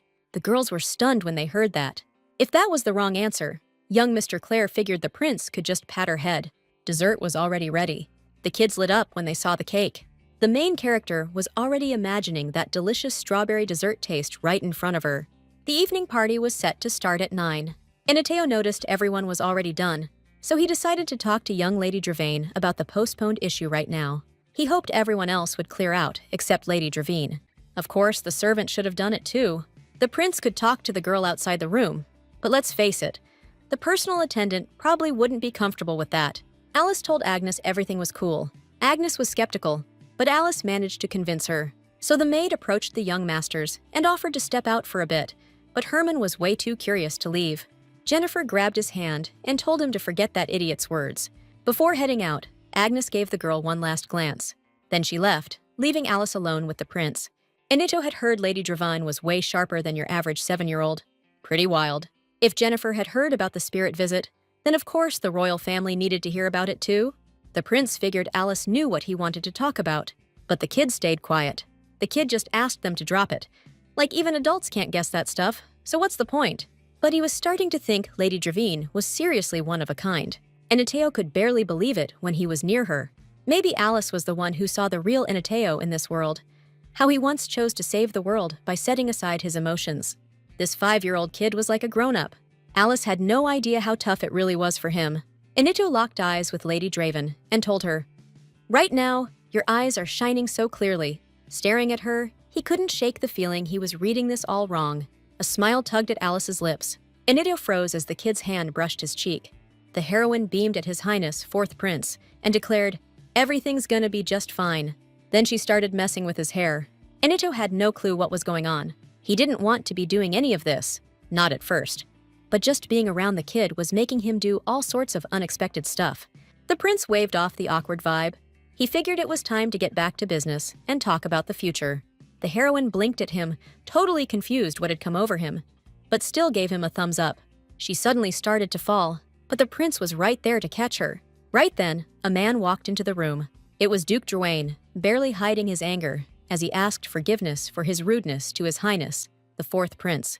Lexios was radiating a terrifying aura. He marched straight to the prince, still holding his daughter in his arms. Alice forced a smile at her dad, and silently begged him to stay calm.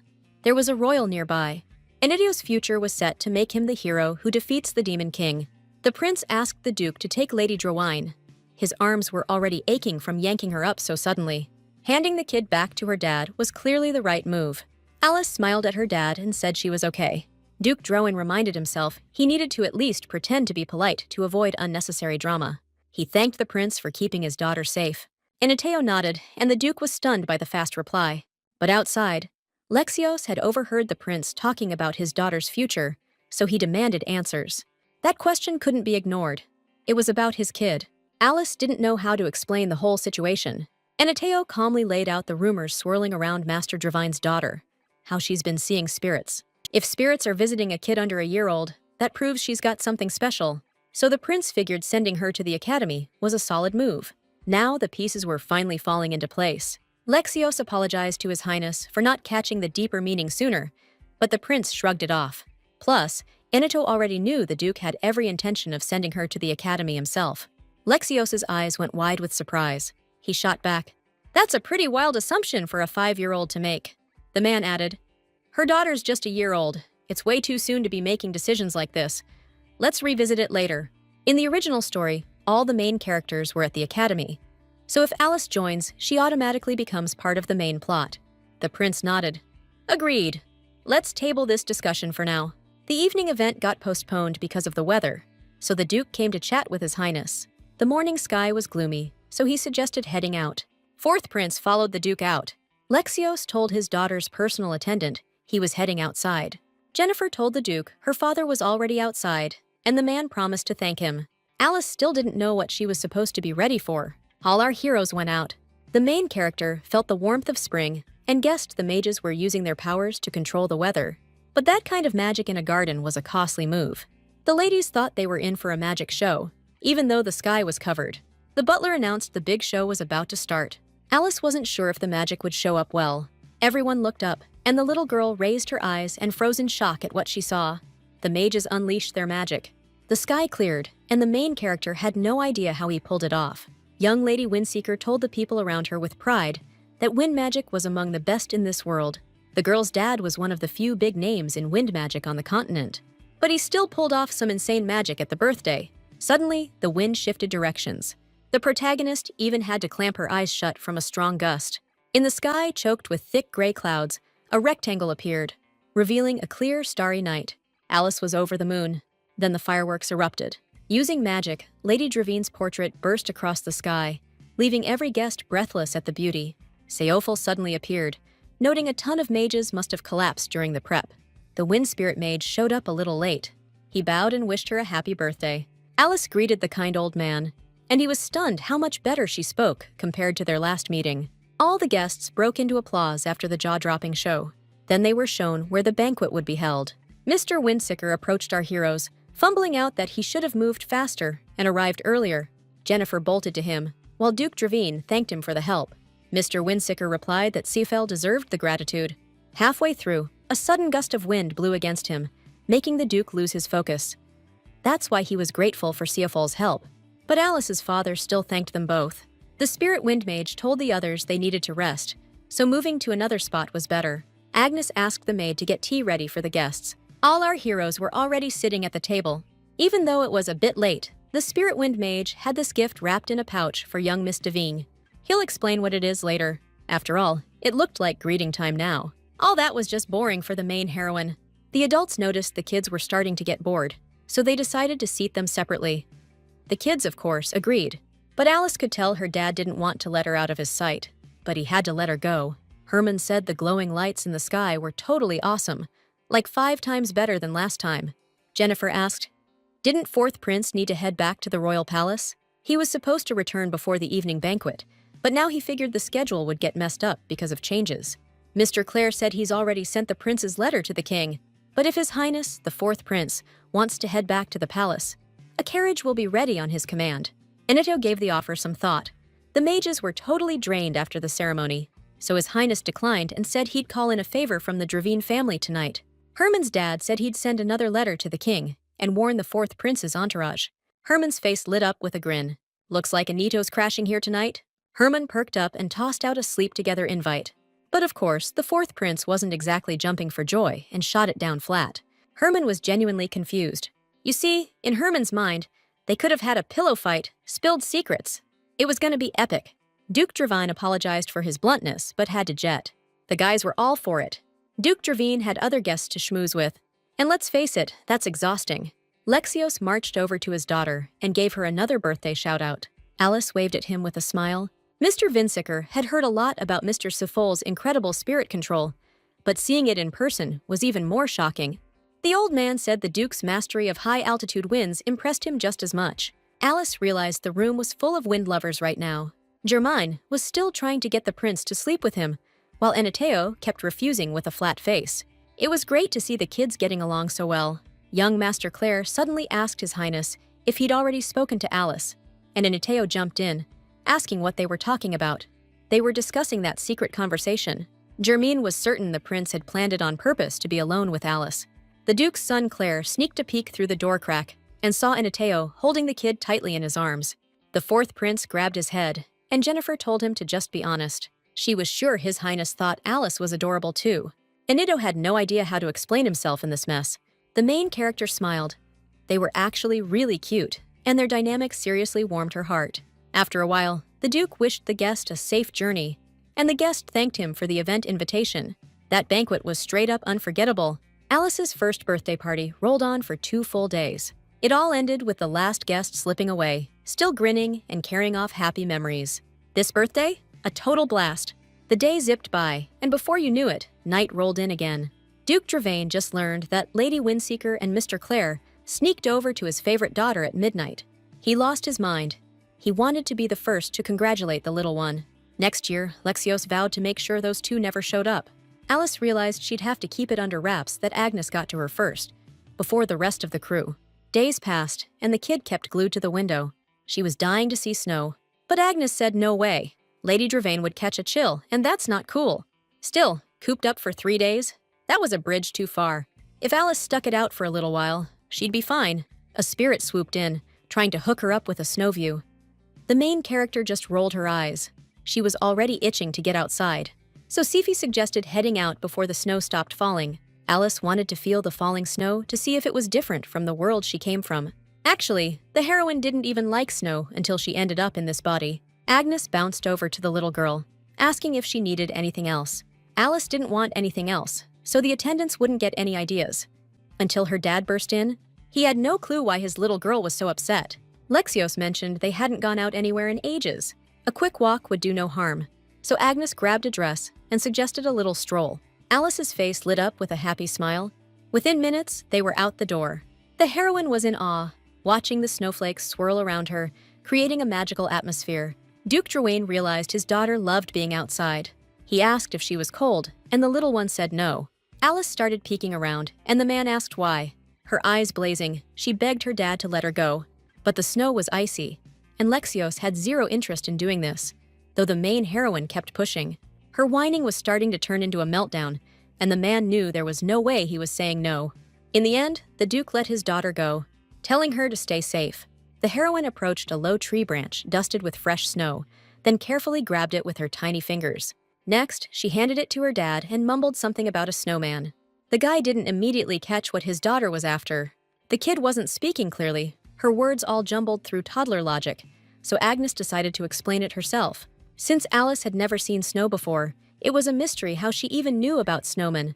But the woman guessed she'd heard the tale in a bedtime story. She was dead set on seeing one in real. Lexios barked at the staff to be rounded up. The heroine's face lit up with a grin the second she realized her dad was turning her dream into reality. The Duke promised it'd be done in no time.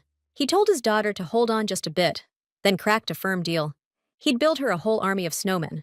Within a few minutes, every servant was standing at attention in front of their boss. He ordered them to craft the greatest snowman this world could produce for Alice. They all started sculpting at once. Lexios built a fire to keep the little girl warm and told her to wait just a bit longer. Alice wanted just a tiny snowman, but the servants somehow pulled off a massive snow dragon in no time. This snowman was modeled after the great dragon Ephep. The girl looked at the servants, who were all over her reaction like hawks. She squirmed in Agnes's arms, desperate to stand up. Ground felt like heaven right now. Then she took wobbly steps toward the staff. She grabbed one man's hand and blew warm breath on it, figuring his fingers were frozen solid. The man thanked the kid. His hands were already like lava compared to before. The main character smiled and thanked him right back. The man instantly gushed to his lady, calling her the cutest thing on earth, all sincerity and awe in his voice. Alice turned to her dad. He looked visibly annoyed, so she hollered his name. Duke Dravain bristled. His precious daughter giving attention to anyone else? He'd always wanted to be her only favorite. But the snowman was seriously stunning. Lexios froze when his daughter kissed his cheek. The girl thanked her dad again, and he just said fate should have been the one thanking him for making Alice his daughter. They played in the snow for hours. Then Alice caught a cold the next day. Lexios blamed himself and begged his daughter for forgiveness. He should have taken better care of her. He thought he should have called a mage from the start to heat up the streets. Alice told her dad not to be sad. It would all be okay again soon. The little girl bounced back fast thanks to her family's care and the kindness of everyone who did their best. It was the artifact keeping the room at the right temperature. The main character wanted to go outside, but she had to stay put. Of course, that answer bummed Alice out. She wanted to keep playing outside, not be stuck inside. The Duke strolled in, asked why Alice was so glum, and said he brought a gift to celebrate her getting better. It was a painting of her. She thought it was a new brooch display at first. She got the feeling she'd be getting a new portrait every year for the rest of her life. The days of her first year were slow and frustrating. But now they're flying by. The kid's age updated in the info window, but her sad fate stayed the same. Siffy zipped over to Alice and said the kitchen's packed with people and a huge cake. Germain and Jennifer were due to arrive any minute. The protagonist's first birthday had long passed, but she'd been counting down to the second. She got a letter from Germain. This time, he couldn't make it to Alice's birthday, so he's planning to visit her on his own birthday, April 2nd instead. The protagonist imagined him sweating over that letter. Agnes told the young lady 2 guests were on the way. Her personal attendant offered to carry the little one, but the heroine firmly declared she could walk just fine. They stepped outside. Alice held Agnes's hand. Moments later, a gleaming white carriage rolled through the gates, catching everyone's eyes under the sun. The protagonist beamed when the carriage door opened. Herman popped out, beaming happily. He grabbed her hand right away, asking how she'd been, then pointed out she'd gotten a bit taller since they last saw each other. Next out of the carriage stepped Jennifer, who waved to Alice too. Alice instantly wanted to wrap them in a hug. Alice saw her friends looked wiped out and probably starving, so she told them to come on in quick. Jennifer grabbed Herman's arm, calling his behavior rude. But Herman was certain Alice didn't care a lick. The kid beamed at them, saying everything was cool, and Herman's antics didn't bother her. Mr. Claire and Jennifer's folks couldn't make it. Herman was all touched when Alice said happy birthday to him. Last year, she couldn't even make it to his birthday, so this time, she convinced her dad to keep it simple. The kids were sprawled under a blooming sakura tree. Draven was warmer than the place Jennifer and Herman lived. The hill in front of their house was still snow-covered. Herman asked Alice to come to his house for next birthday, so they could party it up.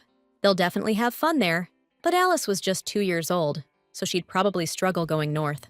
Herman suggested Alice come visit him when she turned 5, once they were both a bit older, and her body had strengthened.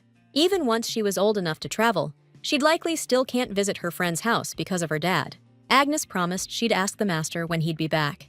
Jennifer told Herman not to get his hopes up. His lordship cares deeply for Lady Dravain, so he'll likely not allow his daughter to go. She might catch a chill. Herman thanked Jennifer for explaining everything. The sun was setting soon, so Agnes suggested heading back inside. The boy took Alice's hand with a smile and suggested heading back together to spend some time together. Jennifer reminded him not to grab someone's hand without asking. Calling someone by their first name so freely was also bad form. Even if Alice didn't care, proper etiquette still mattered, and it was important for all the kids to follow. So Herman decided to ask Alice if she liked being called by name. The kids started waiting for her answer to figure out who was right. Alice smiled and let her friend use her name because she values their bond and wants to keep things warm between them. Herman was happy, but Jennifer still made him ask first. The heroine gave Jennifer the same go-ahead to use her name. She asked Mrs. Windseeker if she could call her by name instead of using formal titles. Jennifer said it was cool with her, but since Jennifer was too proud, Alice decided to go in with a more direct approach. The main character reached out, grabbed her friend's hand, and demanded to be called Alice from now on. Now the kid's gonna call Jennifer little sister. Herman cheered, jumping in to ask for the same little brother to show their bond. He'd been dying to do this for ages. He lit up when she actually did it. Back at the mansion, they spotted this massive strawberry cake. The dessert looked out of this world. Strawberries piled on top, and the frosting? It looked like it'd melt in your mouth the second you bit into it. Everyone started showering Herman with birthday wishes and gifts. Herman considered it one of the best days ever. Jennifer asked Herman what he liked best about the day, wanting to hear his take on the party. He said the best part was when Alice called him little brother. Morning came the next day. The kids played so long they stayed up way past their bedtime, and now the main character felt like she hadn't slept at all. But since Herman and Jennifer had made the whole trip, she had to play with them. Mr. Dravine was coming back today. If he'd left just yesterday, Herman assumed he couldn't get back this fast because of the huge distance. But he didn't know the Duke didn't ride in a carriage. Alice didn't know how her dad got around either. Agnes said she'd just never had a reason to ask. Turns out he uses a vivera. That news blew Herman's mind. It was a massive creature, like a black dragon with shiny scales, and the kids imagined its powerful wings. The main character was stunned to find out her dad rode a monster. Everyone knew raising and taming a magical creature wasn't easy. Herman shouted, "I gotta see that vivera. It's always fascinated me." He told Jennifer to check it out when they got back. Agnes said she hadn't gotten any word about the master coming back yet, and the vivern's pretty hard to spot. Jennifer reminded them they hadn't exactly agreed to that, so Herman figured he'd wait it out alone. Mrs. Windseeker told Alice to stop him, but Alice just lit up and said she wanted to see that vivern too. She didn't want to just read about it in some novel. She wanted to see the thing with her own eyes. Jennifer argued they couldn't just sit around waiting. Best to hold off until the Duke gets back. But time kept ticking and his grace never showed. Herman suggested sending the spirit to scout the area, but Alice reminded everyone she hadn't inked a deal with Sifi yet. No telling if it'd actually work the way they hoped. So Jennifer brought up using the gift from Mr. Seifel. He'd given her a necklace that amped up the spirit connection and could fake a contract for a little while. It looked like a little ball on a string. Agnes handed her the necklace and clipped it around her neck. The second it was on, Alice felt this wild surge of power. It was like the magic itself was waking up inside her. She called Sifi right up. The tiny fairy zipped over to the little girl the second she held out her hand. Jennifer's plan worked out, and now Alice was counting on Sifi's help to find the vivere and make her dream come true. Agnes told them she'd be in the next room, so the kids could call her any time if they needed her. Eventually, the kids fell asleep, but Sifi suddenly came back. She told the kid about the approaching large magical creature and big guy. Alice immediately woke up her friends and told them her dad was on his way. They scrambled up to the attic, set chairs around the window, and started watching the clear sky closely. But no one knew when the Duke would show up. Jennifer and Herman tried to calm the impatient kid down, telling her he'd be here any minute. The main heroine was frustrated because she needed to give Sifi more detailed instructions. Herman suddenly spotted something black in the sky, but Alice didn't see anything. Jennifer said that meant he'd be here any second now. A gust of wind kicked up, and Herman shouted, "She's here already!" The girls perked up instantly and started watching intently. A huge viverna soared high in the sky. The kids had never laid eyes on one before. Out of nowhere, Herman scrambled up onto the windowsill for a better look at the creature. It was the top floor. If he fell, there'd be hell to pay. Jennifer gave her friend a heads up and told him to watch his step. But Herman had a killer sense of balance. He was always the kind of kid who could pull off daring moves without a second thought. Alice remembered from the novel that her friend was basically a knight in shining armor, so she relaxed and joined in, marveling at the massive creature. Herman turned to Alice, all fired up to share the moment with her. "Come on, you gotta see this," he urged, gesturing for her to join him on the windowsill. He extended a hand, ready to help her up. Alice was all in, but her coordination was nowhere near Herman's. Jennifer had an idea. "Let's shut the window for safety and boost her up. We've all got her back," she said, keeping it simple but smart. Alice nodded. No way was there any real danger now. Everything would be fine. The guys gave her a hand getting up onto the windowsill. The new view had her wide-eyed with amazement. She didn't even realize her hand had accidentally unlocked the window. Her eyes were too fixated on the chaos. The next second, she felt herself plummeting. Herman and Jennifer barely had time to react before Alice slipped through their grasp. Now she was free-falling, time stretching unnaturally as everything spiraled out of control. Duke Dravain spotted Alice's fall and lunged toward her without hesitation, but the little girl was already too far out of reach. Despite the chaos, Alice silently prayed her dad wouldn't be too heartbroken about what was coming next. Out of nowhere, Sifi materialized at her side. The pendant around her neck flared to life with blinding light. The spirit's features sharpened into focus, and suddenly, Alice could see the sheer terror in Sifi's eyes. In the final heartbeat, Sifi managed to yank Alice to safety. Duke Dravain leaped from the vivera and sprinted toward his daughter. Alice still couldn't wrap her head around what had just happened, or how she'd survived a fall from that height. Lexios crushed Alice into a bone-shaking hug. He kept asking, over and over, if she was all right. The little girl smiled at her dad, assuring him she was fine, even though fear and nerves still churned inside her. Alice could see how badly her father was shaking with fear. She turned to Sifi, the one who'd saved her. The little girl had only survived because of Sifi, so she genuinely thanked her for saving her life. Sifi was wildly relieved the little girl was unharmed. The Duke thanked the spirit for saving his daughter and vowed to grant any wish she might have.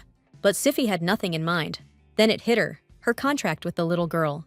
They were still connected, even though the necklace's time should have run out. And that nervous her out. Alice didn't know if that was bad. Sifi shook her head. "Nope. We made a deal." She figured it out because they were still tied together by that invisible thread. The heroine spilled the beans about the contract to her dad. Just then, scared kids and Agnes burst out of the manor. The Duke's face went cold in an instant. Lexios told the kids they don't have to come around anymore, and their families'll face serious consequences. Alice was almost dead, but these guys tried to protect her. She tried to convince her dad she was just as guilty.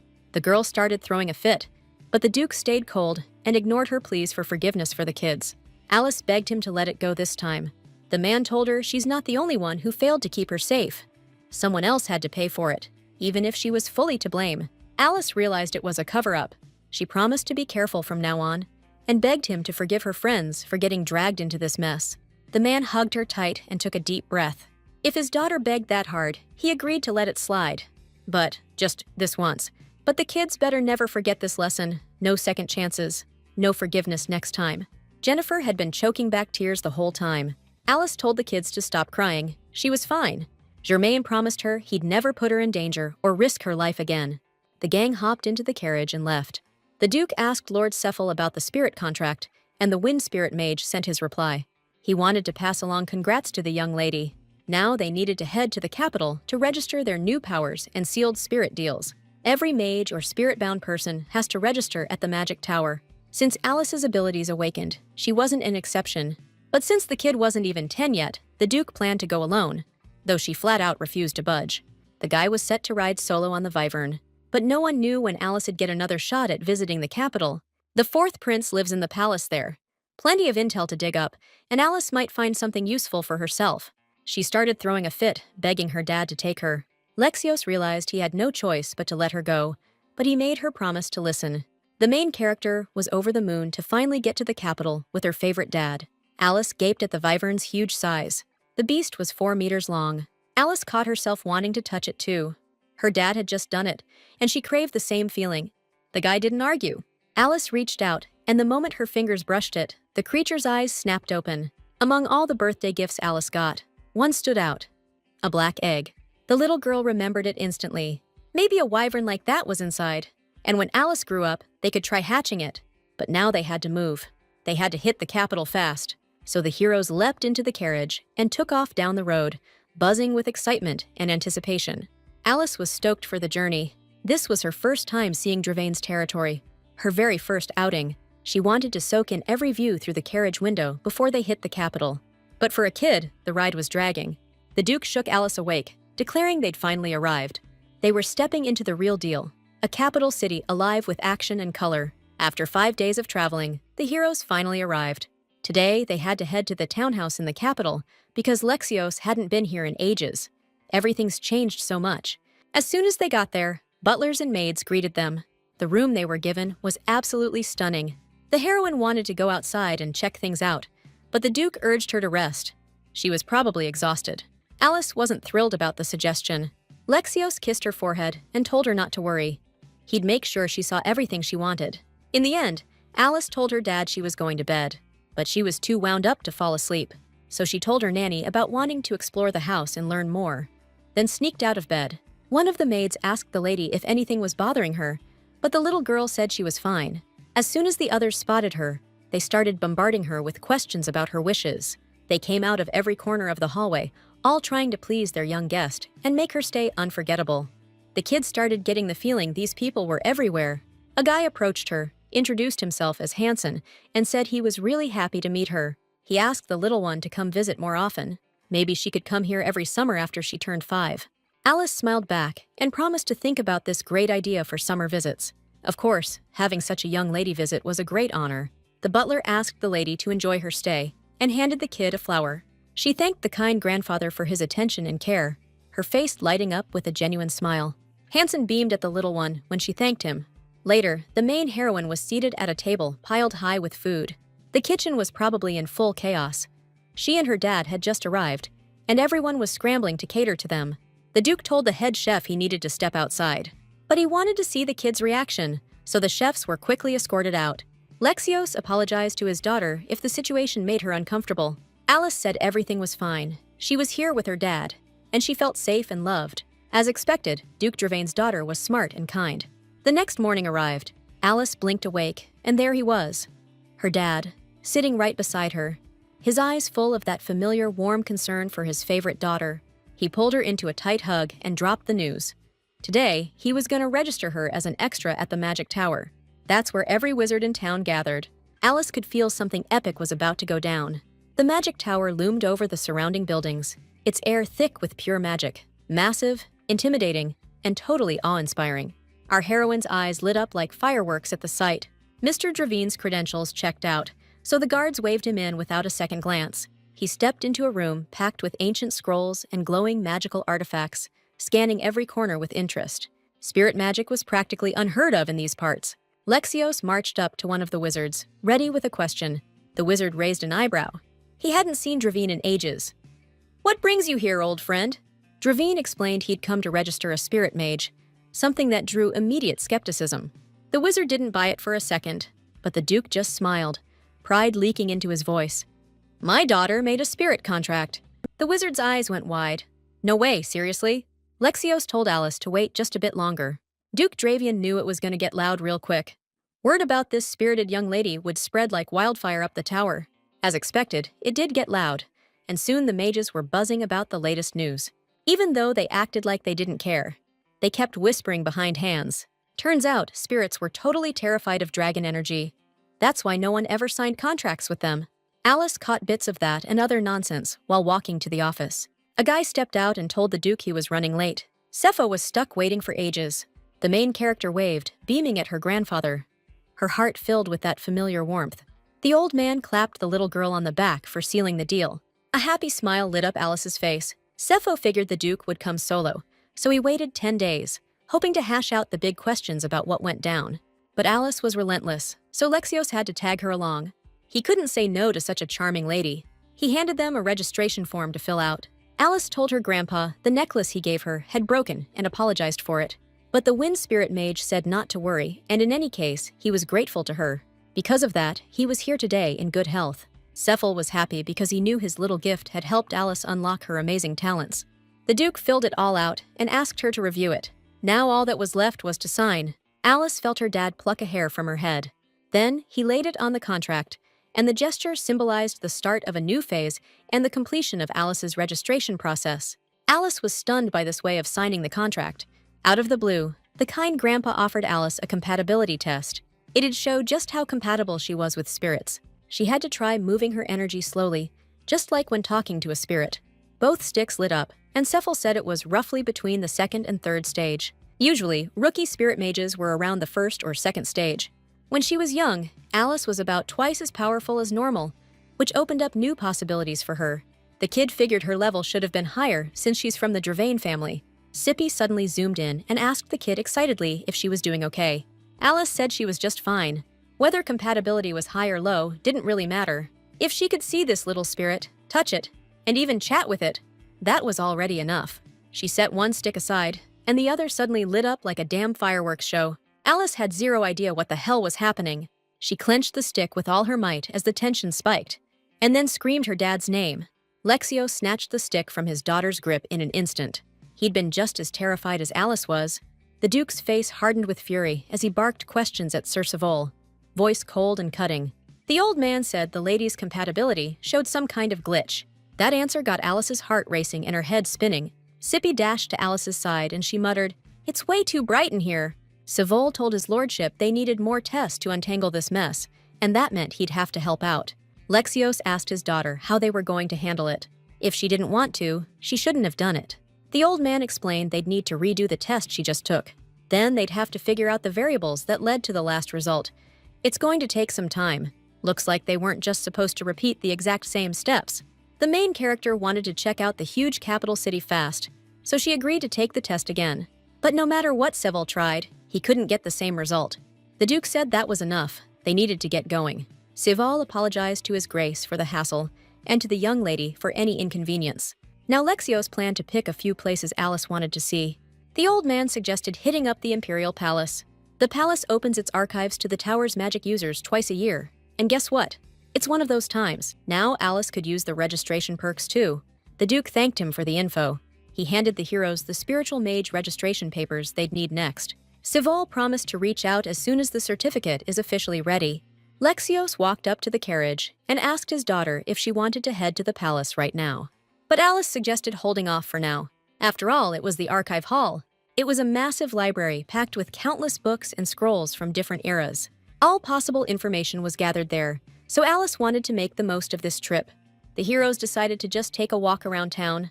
The square was buzzing with merchants hollering out to customers.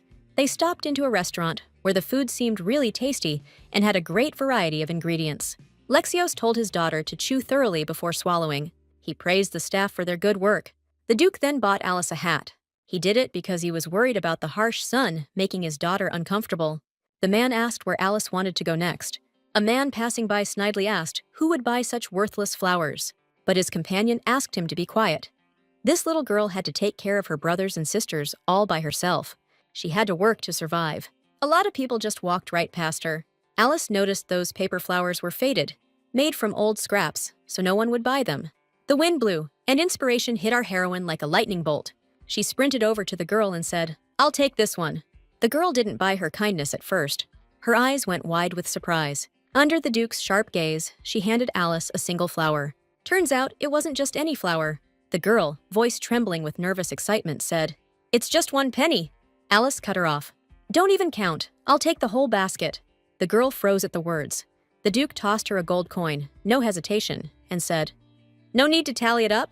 The girl hesitated. "Too much money." Alice said, "Take the coin, but from now on, you're helping me."